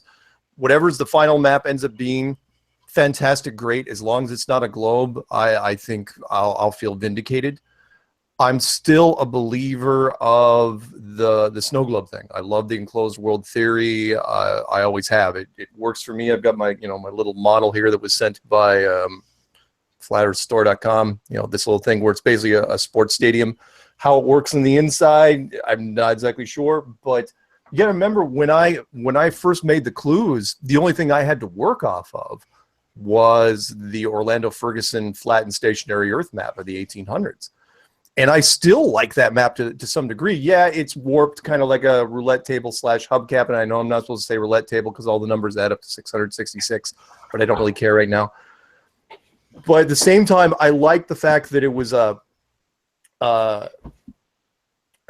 disc world that had a square border on the outside of it. I like that mostly because machinery and programming, machines in general do not, they like squares. They don't like circles. You guys think I'm kidding here? Some of the panel probably already know this already. Try to tell a machine to draw a circle. All it's going to do is draw little rectangles, or little right angle turns until it creates a circle, and that you can't really tell from a 50,000 foot view. So, right, like the whole thing with anti-aliasing. I follow you. There you go. Yeah, when something gets pixelated, it gets pixelated in squares. It doesn't get pixelated in circles. So I still like the whole machine aspect of it. I like the dome thing. I like the enclosed thing. I mean, again, if all of a sudden tomorrow the UN creates this massive revelation that the world is a specific type of map, it's the map you're referring to, I'm not going to lose an ounce of sleep. I'm not going to grab a bottle and curl into a fetal position in the corner and start crying or anything. I'm not going to believe them either, personally. But anyway. Yeah, well, yeah, there's that too. But for me, I like the map. You know, I got to. Unfortunately, I'm too far invested in the map that I started with, and the whole model. I mean, the website. I'm not tearing down enclosedworld.com anytime soon. So for me, look, I try to. The analogy I have is, and you guys will appreciate this over there, is the whole flat Earth community is really like all the clans of the Scottish Highlands, right? Where, you know, they're all on one side of the field, but they're all waving slightly different banners, and some of the banners are actually way different than other banners. But what they can agree on is the person on the other side of the field is their enemy, and in this case, it's the globe. So, you know, I'm not going to fight with the other models as much as I say, look, at least what they're preaching isn't the globe. That's my answer. Well, you know, I would just add, I don't think, and I see what you're saying, but I don't think that I know it's just a figure of speech, but the whole idea of allies and enemies within a scientific inquiry, I just find there no place for it. But I understand it was a figure of speech. At the same time, though, like you mentioned, you know, you're not taking down enclosedworld.com anytime soon, and that's totally your prerogative. But, you know, there's a lot of flat earthers out there who were introduced to and inspired, you know, into flat Earth by you and by all the efforts that you've done over the last couple of years, which I respect you for immensely. But you know, if people sort of inherently marry the idea of a dome, a Truman Show type dome, right, to flat Earth necessarily, and I'll get my head bitten off all the time by people who say, oh, you don't believe in the dome? Well, then you're not a flat earther, and that sort of thing. And so in that sense, I mean, do you think that adding, because frankly, you know, infinite planism is conjecture, dome, you know, glass dome above our head is conjecture. I mean, do you really think that adding conjecturous assertions into flat earth is necessarily helpful? Well, and I don't want to use the Monty Python reference because maybe it's too obscure, but the Life of Brian thing where he drops the shoe is a brilliant sketch where he drops the shoe and runs off, and they pick up the shoe and they try to come up with a meaning of the shoe, and they literally create like 5 religions in a span of 30 seconds, which is fantastic. But for me, what the two big ones, as you know, it's like, okay, dome or not dome, right? Infinite plane or dome-like structure. For me, we're still at the point where at least both of, in fact, here, let me grab the globe thingy. At least it's not the globe. So I don't mind. I don't mind. And I mean, for me, I got to go with one or the other. I mean, I'm going to go with the dome just because I think it makes things a lot easier. I'm going to go with the path of least resistance because for me, it makes answering some of the tricky questions a lot easier than when you're trying to dance around with just the infinite plane. There's a lot of questions with the infinite plane which kind of fall into the globe, you know, the globe type answers. So I don't, but at the same time, it's like, okay, fine. If there is no dome, again, not going to lose any sleep over it. I don't think it hurts us though, because again, it's just one of the flags that's out there. At the very least, it's not the globe, and it gives people. What's the word I'm looking for here? As long as people are whatever they're. Remember, when you leave the globe and go into this whole thing, you're in an uncomfortable spot, and so whatever makes that person the most comfortable, hey, fine. Go with it. If it helps you sleep at night, that's what you should go with. Will the eventual objective truth be revealed one day? Yes, and then we can all say, you know, we should have bet on it. We should have had a big pool, and you know, somebody won money and somebody didn't. Okay, Mark Sargent, another question. Oh God, what? Do you still believe in the Operation Fishbowl psyop, and are nukes fake? Oh, okay. Well, no. I think that Operation Fishbowl wasn't a psyop. I think it was real, and I think they were actually trying to bust through things from 1958 to 62, because hardly anybody knew about it until decades and decades afterwards. When it comes to nuclear weapons, fission weapons. Is it real? Is it not real? My first impression is I don't really care that much, because whatever explosive, we've got some really, really big explosives. If they're not fission based, fine, there is something else. But for me, and I'll still stick to this. I'm a big special effects guy. I'm a big movie guy. And so when I watch, and I've watched this movie multiple times, Trinity and Beyond, the atomic weapon story, or the atomic bomb story, narrated by Bill Shatner. Look, I know this. I know that special effects back in the 40s and 50s were not very good. They were not very good, and I know some. You can say what you want, but I'm kidding. the underwater explosions that were shown in that movie were caused by very, very, very big things. If it's not fission, fine. I don't care, because they were very, very big. Do I think they were trying to use some of these weapons to bust out? Sure. Why not? What other excuse do you have for firing atomic weapons straight up for 4 years? The United States and the Russians simultaneously. That's all they did for 4 years. And the first shots were huge. So I don't think it was a psyop. I think they were trying to test, because that's what men would do. Well, like I said in the clues, the first thing you would do once you find a wall. I'm sorry, what? You're chiming in, what? If you ask me, they just figured out they were stuck. Yeah, I mean, when you find, remember, it's the fence. Once men figure out they're enclosed, what's the first thing you're going to do? Same thing in prison. You're going to test the walls. It's like fire a cannon at it. Nope. What else you got? Drop a bomb on it. Shoot whatever you've got at it. And they were stubborn, but you can kind of tell what I think they gave up literally after the first couple of weeks, which is the first, because you look at the whole packages of what was used. It was megaton, megaton, megaton. And then they realized, this is back when megaton was tough to come by. And then they just dropped off into low kiloton. And at that point, I think they were just kind of mapping the whole thing out, trying to figure out where things were. Again, I don't want to go into the dome infinite plane argument too much, because people got their own thing, and that's not what this is about. But if you don't believe in the dome, there's certain things you're going to have to explain, like why do rockets even have to bother curving over if there's no structure up there? I think something like that is easily explained by the diminishing of barometric pressure with altitude. Well, and then the other part. Sorry to interrupt, but the other part of what you were saying, and I think that part of the question that was asked was about whether or not nukes actually exist, and I think that there's really quite a preponderance of evidence to suggest that nuclear bombs are merely theoretical and do not exist. And the whole thing with Operation Fishbowl, to me, is extremely fishy for one reason, if only one reason. Usually covert military operations are named something that are completely different than what they are actually about. Like if you were gonna have a mission where you're gonna tunnel underneath an enemy wall, you would call it Operation Go Fishing or something, not Operation Tunnel Under the Enemy Wall.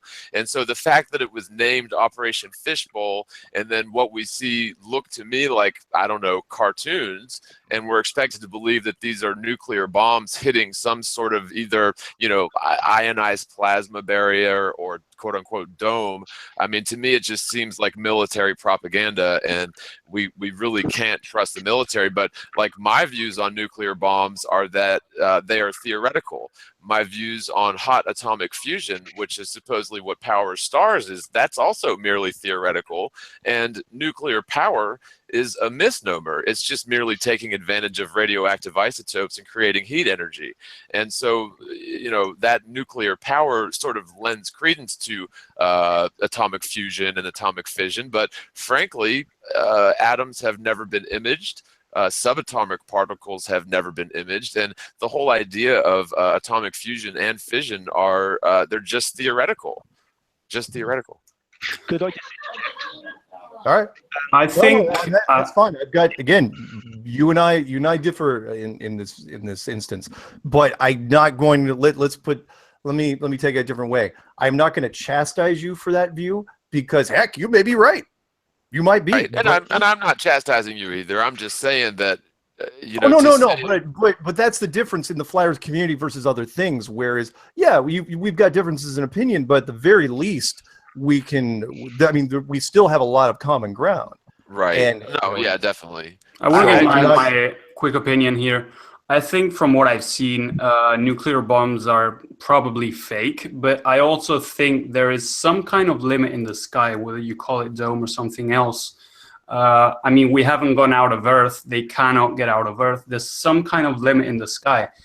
Also, when you look at scripture, which I understand lots of people dismiss or atheist or anti-Christian, but I just want to, make my point here. If you go to Job 37:18, it says that the sky is strong as a molten glass, molten mirror, which I find kind of interesting. And if you read the book of Enoch, it talks about limits of the earth, that the sky has its limits. Right. And I find that pretty interesting. Also about the square versus round earth or circular earth.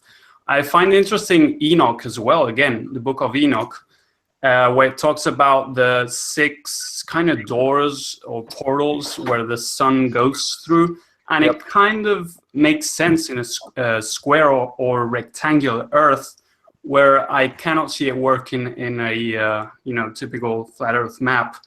That's not to say that it's true, but it's kind of interesting. Ultimately, I think we shouldn't actually argue, because none of us can actually know if it's a circle or a square. I mean, you would have to see the whole earth, right, from above or something.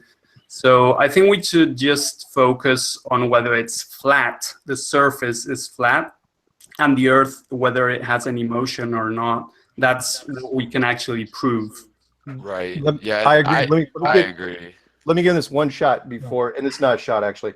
It's just say that the one thing that has changed in the last 2 years that I wouldn't have done if, say, the conference was 2 years ago versus now, is that now I'm bringing both of these things to the conference. I'm bringing both the dome model and the infinite plane model, because that way, if media asks me, I say, well, look, it's gonna, the main thing right now is it's one of these two. That's the general consensus. Are there other maps? Sure, why not? But it's not. At the very least, everyone is rejecting the globe. So, if I have to carry around 2, fine. Yeah, and I would say that we don't necessarily need a model. I mean, a lot of people seem to think that we do, but my main point here is that the heliocentric model doesn't work, and I can probably give you 100 different reasons why. And so the heliocentric team doesn't have a model, but we do have demonstrable evidence that the Earth isn't spinning and it's flat. But Oliver, you mentioned that passage from Job, and what I would ask you is, have you ever gone through and done a translation of that passage from the original text? Because I have. And what you find is that this whole idea of strong like a molten looking glass has a completely different meaning, and it's more like almost an opposite meaning. And I personally, I'm a Christian. I'm a follower of Christ's teachings. I follow the 10 Commandments. But I think that hierarchical religion is antithetical to true Christianity. So I'm not a Christian in that sense. But I will say that the Bible doesn't prove anything one way or another about the earth. However, we should also be very careful about the King James Version, because there's just tons and tons and tons of mistranslations and deceptions in there. So just saying on that. But as far as what Mark was saying, yeah, we can tote around 10 different models. But at the end of the day, if we have empirical evidence that the earth is flat, it's not spinning, and then poke holes in the heliocentric model all day long, literally, I mean, it's ridiculous how many contradictions and impossibilities there are just galore in the heliocentric model. When we start marrying ourselves or representing a model, that's when we leave ourselves open to attack, because any model can be open to attack. However, empirical data, repeatable experiments, data cannot be attacked. Data is data. And so, that's what I intend to focus on. And I'm not trying to sound argumentative. I love all you guys. I just, I just don't think that it's really necessary for us to have a model. And, it might make us feel nice, warm, and fuzzy to think there's a dome. But if it happens to be incorrect, then what does that what does that accomplish? It's deceiving people. I mean, not intentionally, but and same thing with infinite plane. What if that happens to be correct? But if we go around pushing it, then we're unintentionally deceiving people. Well, it's not deceiving people at all, because we haven't got information either way on any of these models. Exactly. Nothing, right? So all of them are theoretical at this point. Until one of us goes out there and sees, and then gets some empirical evidence, it's all up in the air. However, I will say that I personally, I go for the dome, because when I started looking at the flat Earth and then realized the correlation with the Bible, I realized the Bible is a flat Earth book, and it talks about a firmament, a dome. So right, that's why I go for it. You know where the firmament came from? The firmament is an English word, dude. The original word that was in the original script was it just meant expanse. And that word was translated through 6 different languages, and eventually through the filter of the manipulative Holy Roman Empire, and you get this idea. It doesn't of just use the structure. word. Can I just say something as well? It doesn't just use the word. We know somebody who's recorded up there as a frequency, and he can't tell if it's any more than a frequency yet, but with all the scalar waves, everything, what he's done with his equipment, because he worked for an electricity company, there is a firmament at least up there, and it's a frequency. Yeah, I believe it's probably something along the lines of... That's real proof, that bit. Yeah. No, and I agree. I think there's probably something along the lines of ionized plasma tubes, which run meridianally up maybe 300 miles up in the lower magnetosphere, and there's good evidence for that. But to call that a physical, tangible glass or steel dome, I think is I don't think that's correct. I think it's probably adherent to the Earth's magnetic field, which would be more of a half donut shape or a toroidal shape. Right. Well, again, I don't care. I don't care if it's steel or glass or whatever. The point is, I believe it's an impenetrable, substance that means we can't leave. We can't get out of it. Yeah. There is no outside of it. Yeah, I mean, let's just call it limit, right? The limits of the sky. Right, but to say that it's a piece of glass that somewhere meets the no, I mean, ground, I agree. That's just theoretical. You cannot actually. But see, you do know there's 2 star companies, don't you? There's 2 star companies, one in Germany and one in Chile. They've got equipment that makes stars, and they can go further than the machines, but they cannot get the machines to go any further than 60 miles. It just won't make the stars any further. Yeah, I mean, and again, I find interesting that the Book of Enoch. Don't know if you've read the chapter 72 about the luminaries. In the Book of Enoch, it talks about sky having an actual limit. So it is right. It is defined. I just don't necessarily take the dreams of people written down, and not to sound anti-Christian at all, but that's an extra biblical text, I believe, from the Old Testament era, and I just don't necessarily take the dreams of people who wrote stuff down as proof of anything. I don't even take my own dreams as proof of anything, but your own personal dreams can be very powerful personal affirmations. Now, what Enoch dreamed or visions may have been 100% correct, but I don't think that it necessarily proves anything empirically at all. Can let me? Well, it kind of synchronizes with the biblical text, but yeah, I mean, everyone has its opinion. Yeah. Let me make one quick little thing here, and that is, the reason why I had these things made up when I contacted Chris and I said, here's what we should have done, is because I know you say, well, we probably shouldn't be carrying around models with us, blah blah blah, but at the same time, look, I have to, because any media that I've talked to, that is literally one of their top 3 questions on top, not necessarily that order. Usually it's, are you crazy? Are you serious? And then it's like, okay, what does it look like? Right, but see, so they're trying to steer the conversation, and so you have to be able to take control and say, well, what it looks like is irrelevant. What we do know is that if you measure for this, and anyone can, there's no curvature, and the Earth is stationary. Yeah, you know what I mean? telling a reporter that what it looks like is irrelevant is not going to fly. Get this solved a whole bunch of stuff real quick. Well, we're talking about direct measurement as opposed to theoretical models. No, I know. I know, but a picture is worth 1,000 words, and it is such. You got to remember, the whole flat Earth concept is such an affront to people's conditioning. They beg an answer. Their mind just needs something to hold on to, and if that means I have to show them this or the dome model, whatever it is, I'm going to show it to them. Absolutely. And, you know, one thing that I think is that the AE projection, if it hadn't been for the AE projection, I never would have made the journey to becoming a flat earther. But the problem with the AE projection is that it is presented or has been presented as a model. And frankly, it is not a model. It's a projection, and there's lots of inherent flaws with it. And so, you know, even flat earthers will go around saying, you know, they'll take the AE projection and say, the sun can't do this and the sun can't do that. But frankly, the projection is skewed, and we have no idea what the sun is or what it's capable of doing in terms of propagating along the magnetic fields of the Earth. Jon, I've got a question. Well, the point I was trying to make earlier was, as far as I'm concerned, is the flat Earth map, the AE map, is good enough. Yeah, it's not perfect by any means, but it's good enough as a model. Agreed. To show people who don't know about how it works, to show them, give them the inkling of how we think it works at this point. That's right, it. because you have to have some plausible explanation for things like sunrise, sunset, day, night, and circumnavigation. And frankly, the AE projection does that. And with whether or not it's 100% correct is irrelevant. It shows that circumnavigation is not exclusive to a globe.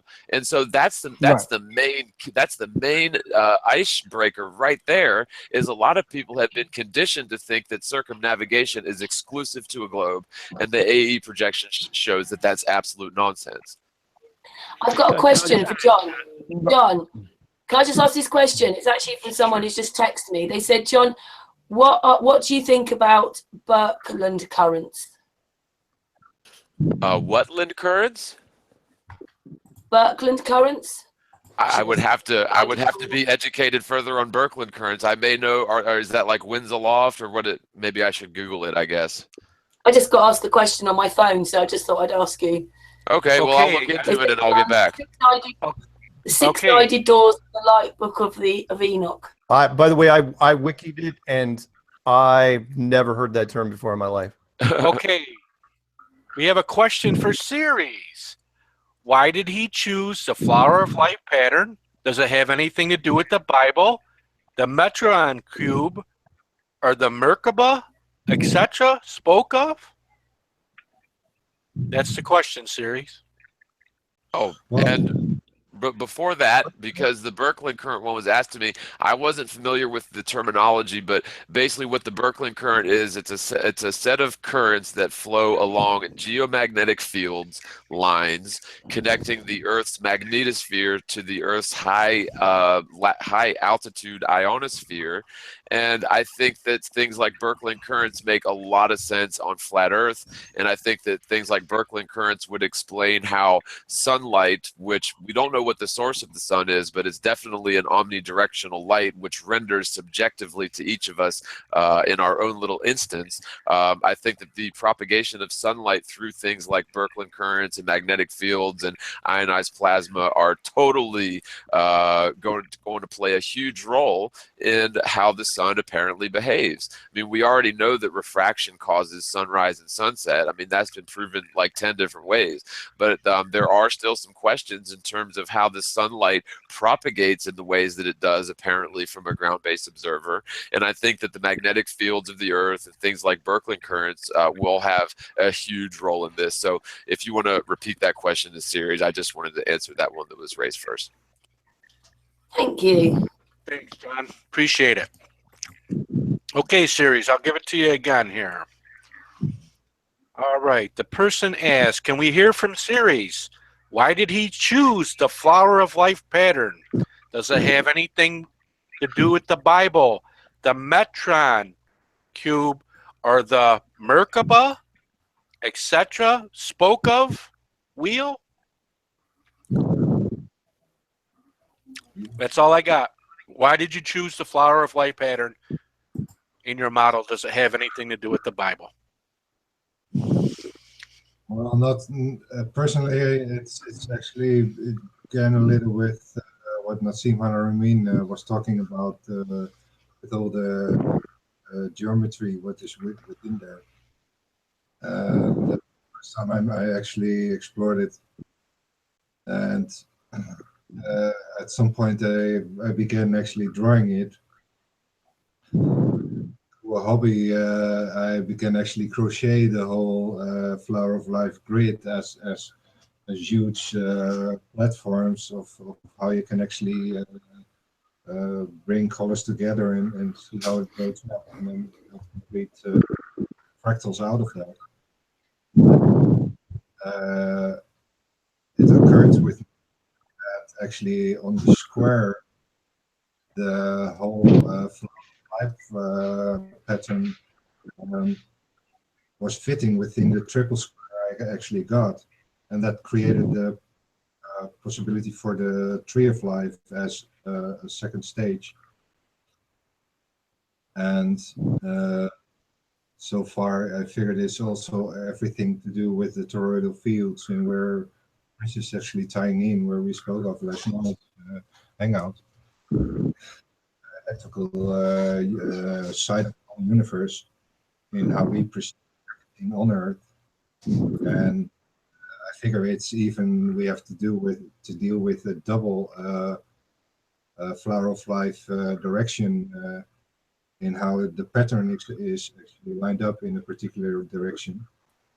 And in a way, we're actually on the field within the cube of that space and perceive it in three-dimensional sense.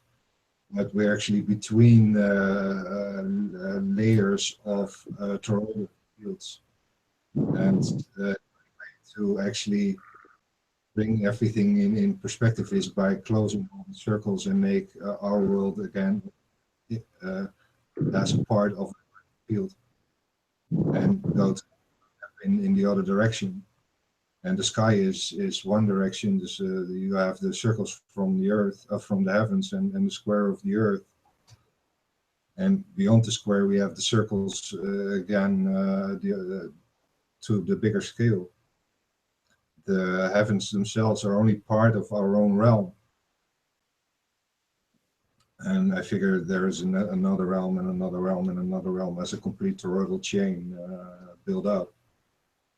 What is actually forming the double snake pattern of the two Flower of Life patterns crossing each other on heaven, on the earth and on heaven, and then on another level as a complete chakra system, building up a complete energy, body energy field of the 7 chakras in the bigger scale and in the bigger scale. So, and yeah, how that actually works out, it's just huge to even comprehend all the beyonds, to only explain that little square where we are. And that square is huge as well, you know. And there's so much more beyond in there. The only thing is we have to deal with kind of barriers, and between the barriers we have these particular dome lensing through where several light methods through the whole physics of how everything works. That's the complex part behind it, how the toroidal field functions are and how they work on the whole light part, and how we actually explain all the analimas of all the objects we see through the sky with their own analima. Yeah, we see it in a square, but eventually our field itself is a 4th-dimensional circle, what is on a 5th-dimensional donut within the toroidal field. And that is part of our bigger chain again, building up a bigger snake, double snake system in that sense. And thus a bigger body and so on. It's a kind of, yeah, everything is atum, as Santos mentions. And yeah, the circle is the first step I encountered, and actually I actually got banned on by Eric Dubé on a question about the South, because I can't deny the South. I mean, reality is reality. I need to work from reality, otherwise it can't work. And yeah, that brought me away from flat Earth, and later Santos Bonacci brought me back. And free energies material actually explained the whole fourth dimensional looping principle of a fourth dimensional dimension of the fourth dimension through a three-dimensional cube. And yeah, that actually laid the roots for actually understanding why I have square data and even three squares, and how that ties into a whole tree, what is within where we live in the middle of the heart of the tree, and probably the middle garden in that sense. And also in the bigger tree as well. And yeah, it builds up to the fruit of life, what is kind for me, what I call the seventh dimension for what I can see. And I have yet to figure out how the whole sixth dimension, and I can talk about the fifth dimension already. That's a particular loop, but in a way, Chris's work is completely based on how we do the outside heavenly circles, and then my work is actually how we do the inwards of the toroidal fields, of how the flat is part of the field of the realm within where we live, as far as I can figure out. I mean, I have to work from the actual data, what it says, and so far it shows me that it's practically square everywhere with a space loop. And that space loop is a principle what is hard to figure out why that is. And within this toroidal field stuff, what I discovered through the flower of life, what lays out actually the grid of the toroidal field in that sense. The bigger circle is the toroidal fields, but the smaller circles are the flower of life grid. And it's all built within this, what they call the sacred geometry. Well, I think we can know why it is a sacred geometry in that sense, because it actually explains the whole connection between heaven and earth. But yeah, you have to draw the circles to see it. Actually do it practically, in that sense that you're actually creating these things in your brain to actually connect or something. And that's the choice of flower. That's why I choose actually the flower of life, because it actually connects everything together as a complete grid. Through the squares, through the circles, through the triangles. It's all in pure balance. And it brings heaven and earth together in that sense. Yeah, and yeah, also it ties completely in how our own body system is actually working, how Santos is completely explaining it through his work.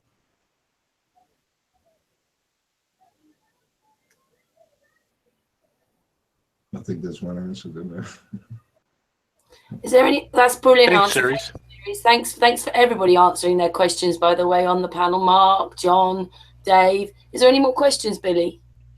Not that I see. If anybody wants to ask a question to the panel, please just type in capital letters and we'll try to get it to the person that you wish to address your question. Thank you. Everything's going great. Thanks for coming. Appreciate it. Also, a little bit later on, before, because obviously we'll talk a little bit more. Jon the Morgile, I wondered if you could show us that video, with the laser going through the water, and you showed it to us when it's making all the, there's all the like little specks on the wall behind the water. Do you remember that one? Yeah, I could probably pull that up if you want. Do that one in a minute in case there's any more questions, but I just thought that's a very interesting video. Sure.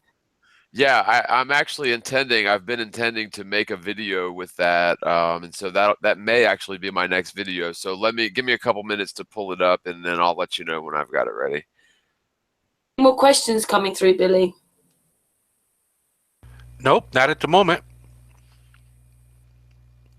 Huh. So I just want to address that there's a Leamington Spa meetup on the 22nd.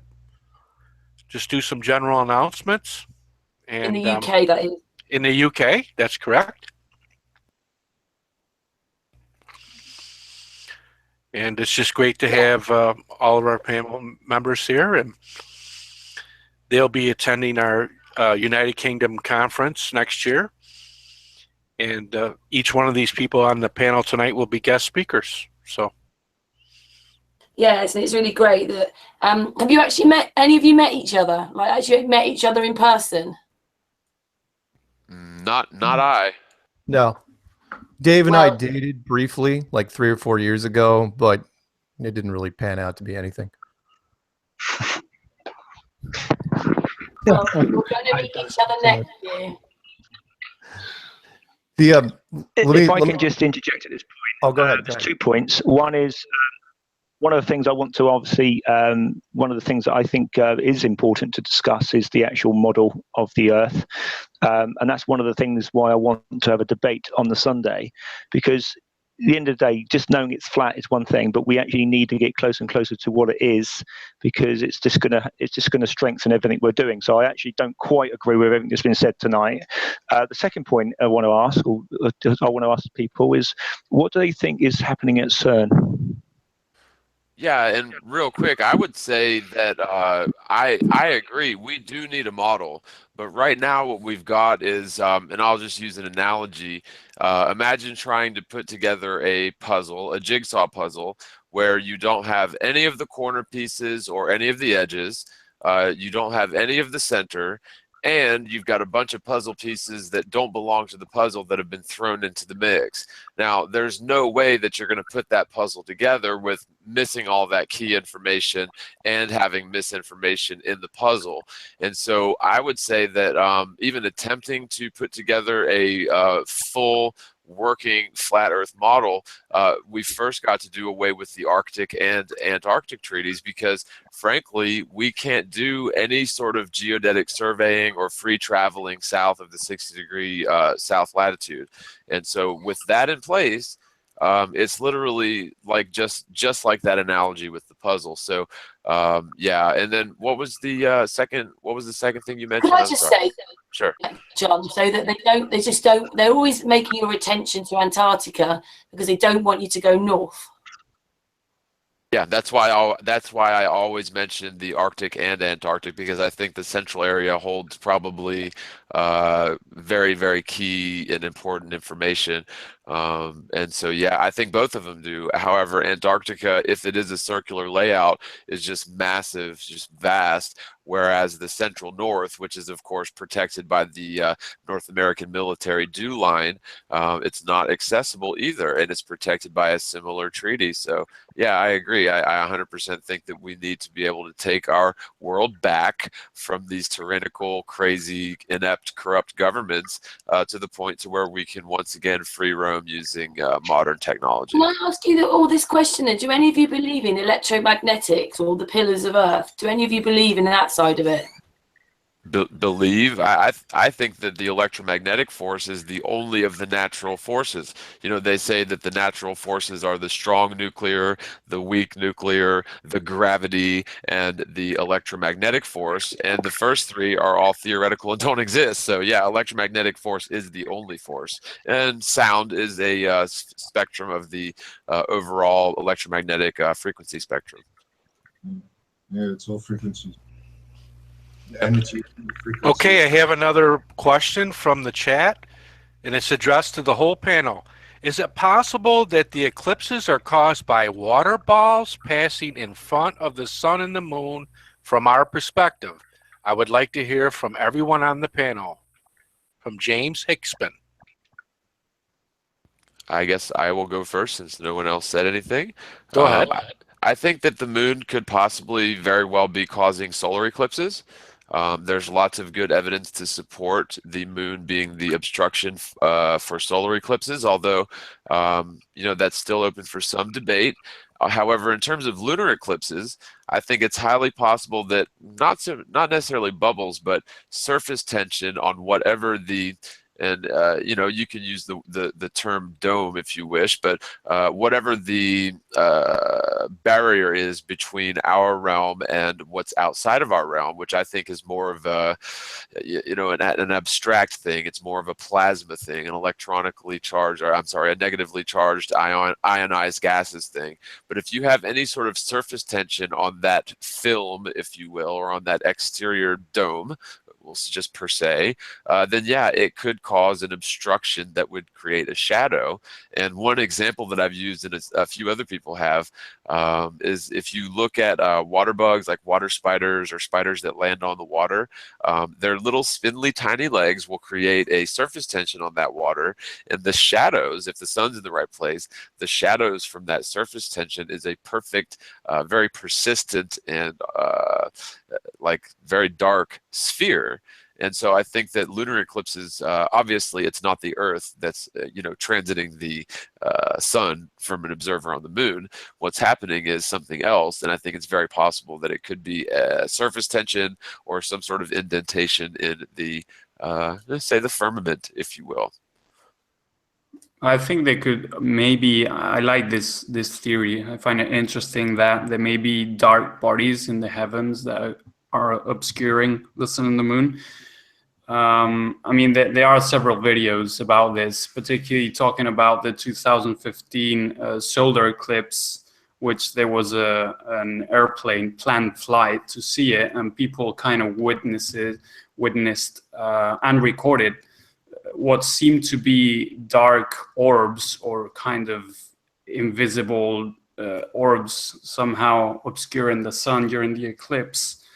And also the fact that, you know, lots of people, astronomers, have talked about the existence of invisible stars or dark orbs in the heavens. And I find that theory interesting.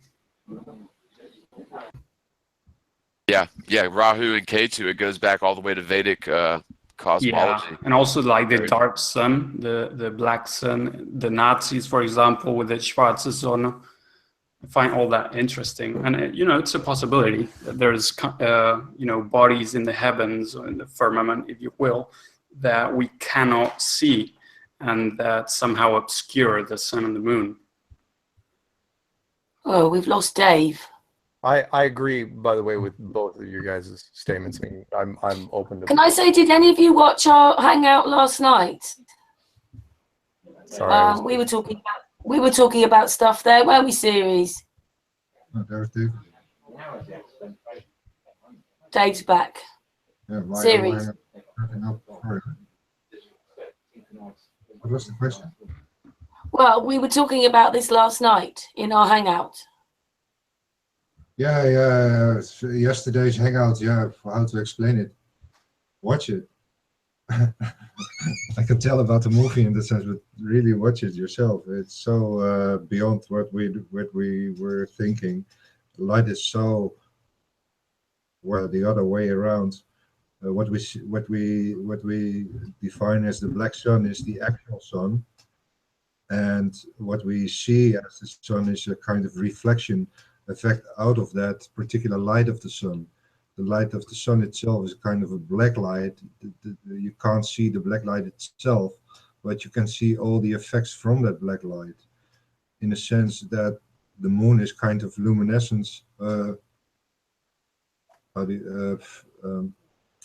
transparent, and you see actually the light from the sun through the moon, from the inside, as an effect. What we have like with light bulbs from within light up. Well, I think the moon somehow does become transparent, and you know, one of its phases or several phases, because we can see the blue sky through it, unless there's some other kind of optical illusion going on. But it seems pretty clear that we can see the sky through the moon during the day. Yeah, we see what he explained is that we see actually several toroidal fields on top of each other, building up the whole planetary system, in how we can see that in light. And he actually placed the camera on the Earth to have that central point towards the moon, and we get kind of a photo of how we would actually perceive the the photo in reality, and actually we could eventually line up everything as it should be in time, and then take the photograph within the model and compare that to the photograph we have taken in reality, and then on a particular GPS location in a particular time, etc. That's how we can correlate the two. Could I just say something? Sirius is talking there, but Mark's just typed in the chat that he's got to go in 10 minutes. So can we have this conversation maybe after Mark's gone then? Because he's going to go in a minute. Mark? Yeah. Sorry, I'm going to then. moderate Patricia's thing in a bit. What do you want me to do? Well, real quick, what I would just say is I've got that thing queued up, Karen, and I don't know if Mark's seen this. Maybe I can just show this to you real quick and see what you think, because it's pretty cool. Sure. Does that sound good, guys? Yeah. Yep. All right, so I'll just figure out how to share my screen. We'll come back to you in a minute. 1 second, got to go to Chrome, and then I'm going to screen share. So hopefully y'all can see my screen, right? So I'll go into Vegas Pro, and just the real quick summary of what this is my friend's got a koi fish pond, and there's 2 fountains that go, obviously are in the center of it, and each one of these fountains casts a perfect hemisphere of water. Like there's no sort of blemish in that hemisphere of water. So like if you stick your finger in it, it'll cause like a hole in it. So it's 2 perfect spheres of water. And what you've got, let me just navigate this a little bit. What you've got is over there, right there, you've got a single laser beam, single laser that goes straight directly through both of these. And when you turn all the lights off, it was hard to capture it on camera, and there's only a couple frames where you can see it. But when you turn all the lights off, you can see all these instances of that laser beam. One single source light, one single laser beam going through just 2 simple hemispheres of water caused the entire ceiling and every single wall, can you see the dots everywhere, to be covered by that. It was just everywhere. And I thought, I mean, I'm not saying this necessarily like proves what stars are or anything like that, and I'll end sharing now. But what it shows to me is that light does, how do I stop? There we go. Light does strange things that we might not expect by just simply passing through different media. So what do you think about that, Mark? I like it. That's really, really cool, and not surprising I mean that was really, really cool.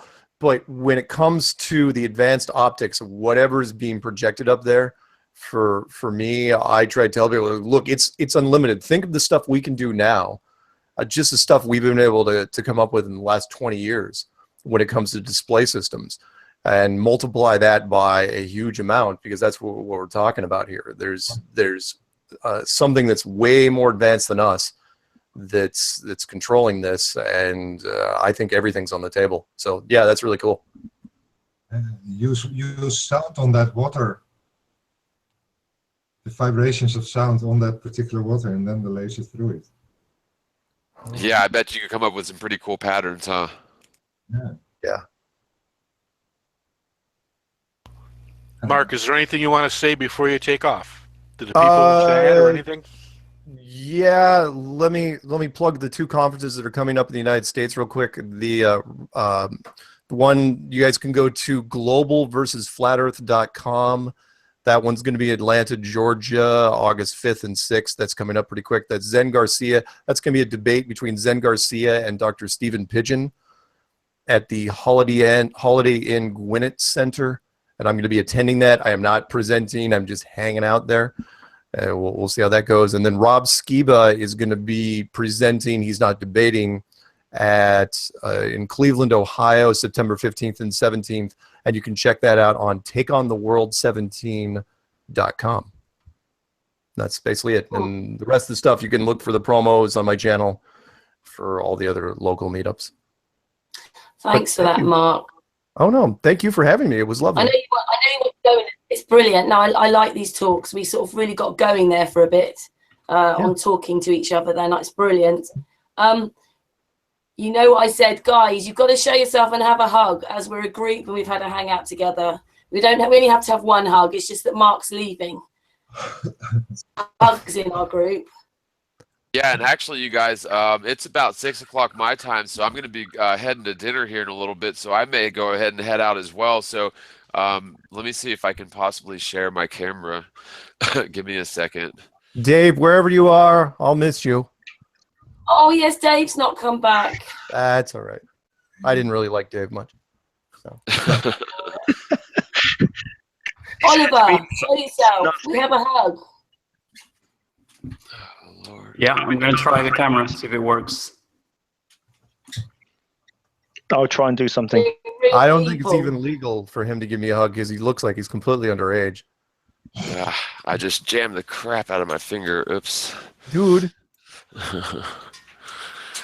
Okay, so I don't even know if my camera is going to work since I didn't enable it before. That's okay. Don't worry about it. Oh, wow. So let me know if it's too high. No. Can you see me? Can you see Yes, me? Okay, great. there he is. Oliver, where are you? The last beer. Let's see if it's working now. Hey! Hey, what's up? Yep, he's way too Yay! young. Hug for everybody and for Flat Earth and for everybody that's been listening in. Right on. Thank you, That Karen. really affects quality. Well, hopefully you're going to come back and we'll have another chat soon, you guys. Yeah, And I'll- definitely. Bye, Mark. I'll Bye, keep you John. guys posted on what's going on my end and if things start to blow up anymore. Cool. Yes. Well, I'll ask you to come back and have another hangout again in a few weeks' time or something. Okay. And I just think it's great that we're all talking. That's what our community's about, isn't it? We make the community. Exactly. Yeah. And there's such a lack of trust around all this and where we've been put. So it's just brilliant that we're all sitting here talking together because, like you say, you don't talk to each other that often, do you? As like tonight. So and next year, you're going to all meet each other. Yeah. Actually, it'll be in just a few months.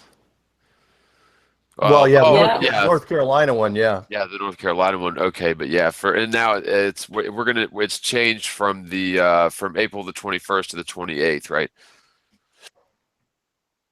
Yeah. Okay. Oh, awesome. what, the UK one, you mean? Yeah. Yeah, it's going to be the 27th, 28th, 29th. It's going to be the Friday evening. Okay. Awesome. Well, I'm gonna go whip me up some salmon steaks and broil them in coconut oil. So I will catch you guys later. Love you guys, and it was awesome hanging out with you guys. Thanks to everyone in the live chat and everything. Awesome show, good times, and I'm sure we'll all talk again soon. All right, man. See you. Brilliant. Thank you so much. Take care. Later. Thank you, John. I'll email you. Are you going as well, Oliver? Yeah, I'm gonna have dinner. It's nearly 12 o'clock here. I mean 12 p.m. here. I should have dinner because I literally just came back from work and went in the hangout. So okay, thanks, Oliver. okay, see you all. Nice to chat to you. Bye. Thank you, Mark, for waiting. Oh, no worries. No worries. I'm gonna go kill some trolls. Hopefully, that's what's always fun about being a moderator. And thank you guys for having me. It was lovely, and we will talk again soon. Thanks for thanks for the Kirsty recommend. Oh, right. Yeah, and let me know how that goes. By the way, with those guys, with the Glasgow group. Yeah. Yeah, let me know because I'm going to talk with her. Say it again. Sure. No, I'm saying she seems very sweet. When I spoke to her, she's very accommodating and was very attentive with her questions. Yeah. I think it could be a lot of fun. I'm excited also for Dell that he'll finally get some exposure over there. It'd be really great if they ran a local piece on him. Yeah, I agree. He's a good guy. Yeah. Anyway, guys, I will see you soon. Take care, Mark. Thank you very much, Mark. Very welcome. All right. Bye-bye. Thank you. And then it's left to sun and moon. I hope everybody enjoyed that. Yeah. It was just good to get them all talking, wasn't it? And there was a part of the hangout that was really going for it. They were really all trying to talk, and it was brilliant. Yeah, I thought it was good to hang out. Yeah, we lost Dave last time though. So, Billy, what did you think? I really enjoyed myself. It was really good. We had some great questions from the chat. We didn't get trolled too bad tonight. We had some really good moderators. I want to thank all the moderators. Did a good job. Thank you. And yeah, it's always nice to have Allegedly Dave, Oliver Ludlow, Mark Sargent, Jonathan, Gustopoulos, the Morgile, and Sun and Moon series, and Karen, and Gary. So no, Billy. it was really good. Thank you. And Billy, yeah. So Yeah. And obviously we're all coming in at slight different angles here, but it's just good to be able to talk to each other. And as you can see, in the last few months, it is moving on. There's more events happening, things are going in the paper, and Series is doing his work, and we've got conferences, so it's all looking really good. I kind of thought they probably, what did they stay at? What's the time now? 11 past 8. So that was 2.5 hours, wasn't it? That was pretty good in time. Well, I think chat room, we'll stay talking for a few more minutes, but you know, it's left to us now. And I really enjoyed that. I really enjoyed bringing us together. It's brilliant. it was you that doing that. So we want to thank you for having such a nice channel, inviting such a stimulating panel. And here at the Sun and Moon, man, we never cease to amaze people, and we have some really exciting guests. So I want to thank Karen for arranging all these all these messages. She's got to schedule things, get people all lined up, check out all their schedules, make sure everything doesn't coincide with each other, and just does a terrific job. Because where else do you get such a panel, like you say, Mark Sargent, the Morgile, Oliver, Allegedly Dave, all together at one night. So kudos to Karen. Oh, thank you, Billy. But it's being done for everybody, because there are different models. We're supposed to be a community, and unless we come together and trust each other, it's never going to work, is it? People come here because we're not arguing. And unless some of these bigger YouTubers start talking to each other, I see it as a progression on. There's going to be people like Series, and well done, Series, on your answers. Series will be doing his bit, but hopefully we all see that we're all parts of a puzzle, and that we need to come together. Series and Chris will still be doing their research, and we will be on a live hangout about it tomorrow, so that it's open sourced, doing things, looking at real data. And we don't even realize that they don't really know each other. We look at all their videos and just assume they all know each other, but they don't really. Don't you find that? I was a bit shocked for that.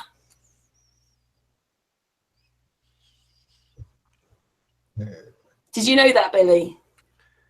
Well, they're getting to know each other a little bit every time we have a hangout. So yeah, and it's good that they interacted. They fielded questions, and there was really no arguing. And they can agree to disagree, and they were all gentlemen, perfect gentlemen. Nobody got heated. Nobody got worked up, and that's what makes it enjoyable. And of course, Gary's also bringing them all together. So they're going to meet each other. I think Dave just come back in. Dave! The others left. Get to know each other. Yeah. Yeah. Dave, can you hear us? Oh, you don't have it. Hey, there's Dave. Dave's back. Oh no, he's gone again. Well, while he's not here, though, it's going to be really good for the people to get hold of, like, you know, get to know Oliver and Dave and John and Mark, because has only come into the group a couple of months ago, and by the time they get to April, they're gonna really understand each other's work and how they think, and I just think it's going to help to actually make the event even better. I know, Gary, have you noticed that I have asked Oliver to some of our hangouts for that reason, because he's going to be at the conference, and that by the time next year comes around, people will know who Oliver is. It's good what he has to say for himself, because it helps to gauge. Yeah. I mean, it's always difficult. We were still quite a big hangout tonight when we were all there. And I mean, everybody wanted to talk. You know, sometimes it is a bit better when you just have one person on to talk to them on their own. You know, when they're all together, there's so much happening, isn't there? And they all like to talk. Well, that's why, Karen, like I've said to you before, you can't have too many speakers on the stage, because they all want to have their, you know, you've got pockets of people. You need different hangouts for different occasions. Yeah, but on the other hand, they don't really know each other. So today, you know, in history, there's a hangout that the Morgile, allegedly Dave, Mark Sargent and Oliver Ludlow and Sun and Moon Group had a hangout with those people. Thing is, though, Karen, if you go back even 3 months or 4 months, I mean, these are big names that are on there, and you had them all on one hangout. And it's just, you know, like Billy said, it's just you bring it all together, and you know that takes a lot of work, because with the conference, it's not an easy task, and I can recognise what effort you have to go through to actually bring it together for a hangout. And you don't just do one hangout 6 a week. I mean, that's hard. So well, the reason, thank you, Gary, for all your nice words. But again, I'm not doing it for myself. I was doing it for everybody, because I just so hope that somewhere along the line that this flat earth, you know, it's happening, it's here, it's staying, and we move on and we grow and stuff like that. But yeah, I do work hard, because I want us as a community. We're only going to go forward if we're a community, and that's going to take a bit of talking. But I hope that we're not in 10 years' time still in the same place. That, you know, maybe the efforts of all the people in the chat room, all the people who research, you know, Arwin researches, artist researches. I mean, I know these people, you know, on our hangouts, you know, they're researching. You've got Dave doing his research. You've got Series doing his. I know Billy does some. You're doing conferences. I get people together to talk. We're all part of a puzzle. And hopefully, you know, we will... together we are stronger, even if all the sort of nooks and crannies haven't been sorted out yet. But yeah, Series, do you want to say anything? No, like I said, your hard work shows, and it's paying off, and I think people appreciate it. And we like to talk about flat Earth here, and we don't all agree, but we are trying to work out a model. We are trying to field questions about it, and we're friends with everybody that comes to our channel. Yes. And we like everybody who does, and no matter what their opinions are, they're welcome and respected.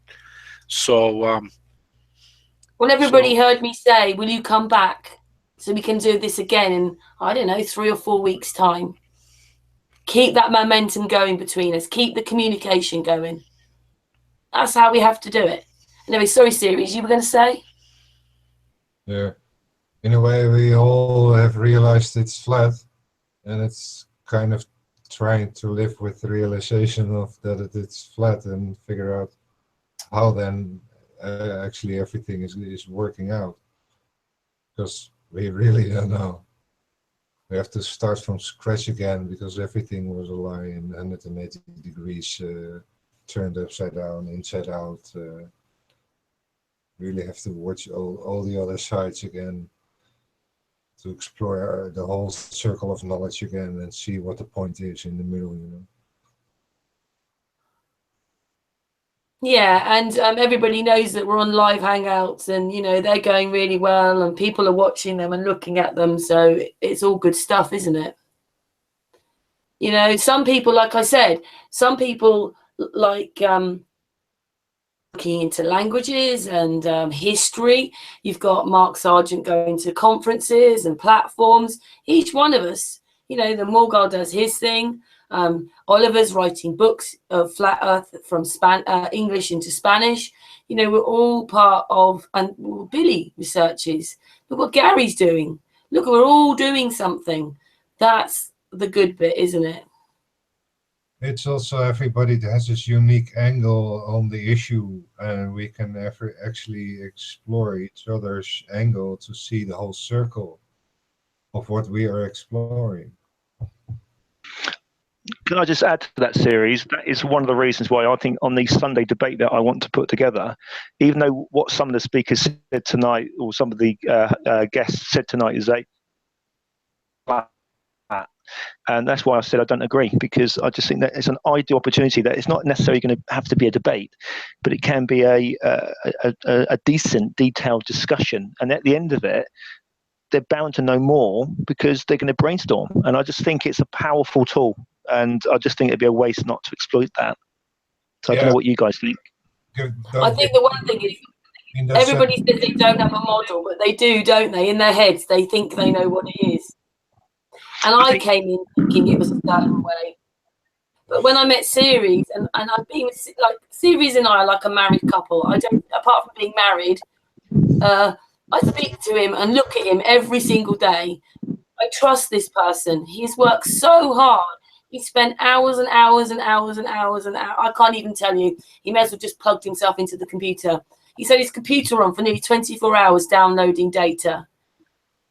And then people have come along like Chris, who realised that Ceres' work fits into his work. Alan's another one that knows that the firmament is at least a frequency. He realises his work fits in with Ceres. We're slowly all coming together. But you see, isn't a research group, is he? We are a research group. So anyway, that's the avenue we're taking. But to have the community coming in and us all talking is perfect. But just want to say, does anybody else want to say anything? I just want to add, Karen, that even though you just can you hear me okay? Yeah, go on, Gary. A little bit of feedback. I just think, though, that, yes, I hear what you're saying about Mark, but if you think about what Patricia does and what Mark does and what other people do, I think we all have all the other people all have our role to play. And I don't think it doesn't pay for everyone to be doing research, but then they're not out there doing presentation or something. I think you need all the angles. I can't do what Siri does, but I can bring people together who do. There are roots and there are branches, and together it forms a tree. And that's what the network presents, the tree of knowledge. It's all together. There, in that sense, there is no me, there is only we. Without me, there is no we, but the other way around, without we, where am I? Ceres has these questions. Who am I? What am I? And where am I? I think that we've been I've just noticed that a few people have turned up into the chat room, but I think we're going to, in a minute. I'm going to come back to say goodbye. Billy, do you want to come back? Gary? Well, sure. Are we saying goodbye? Are we online? Online, say goodbye. Yeah, sure. I can't come on camera because I'm in the dark, so that's pointless. All right then, Billy, can you come back? Yeah, there's Billy. We'll be back tomorrow night. Sure. Bye to everyone in the chat room. And thank you so much for watching. Thank you for all the questions. Thank you for everybody that's got a wrench. And I hope you enjoyed. And we're back tomorrow night about series. We're back about 9 o'clock tomorrow night. Probably. We will be. Anyway, thank you, Billy, for everything you've done in the chat room. And thank you, No problem. a bit more about the conference. Thank you, Gary. Thank you, Siri, because he's my group partner. Big hugs to the Flat Earth community. Take care, everyone. Okay. Bye.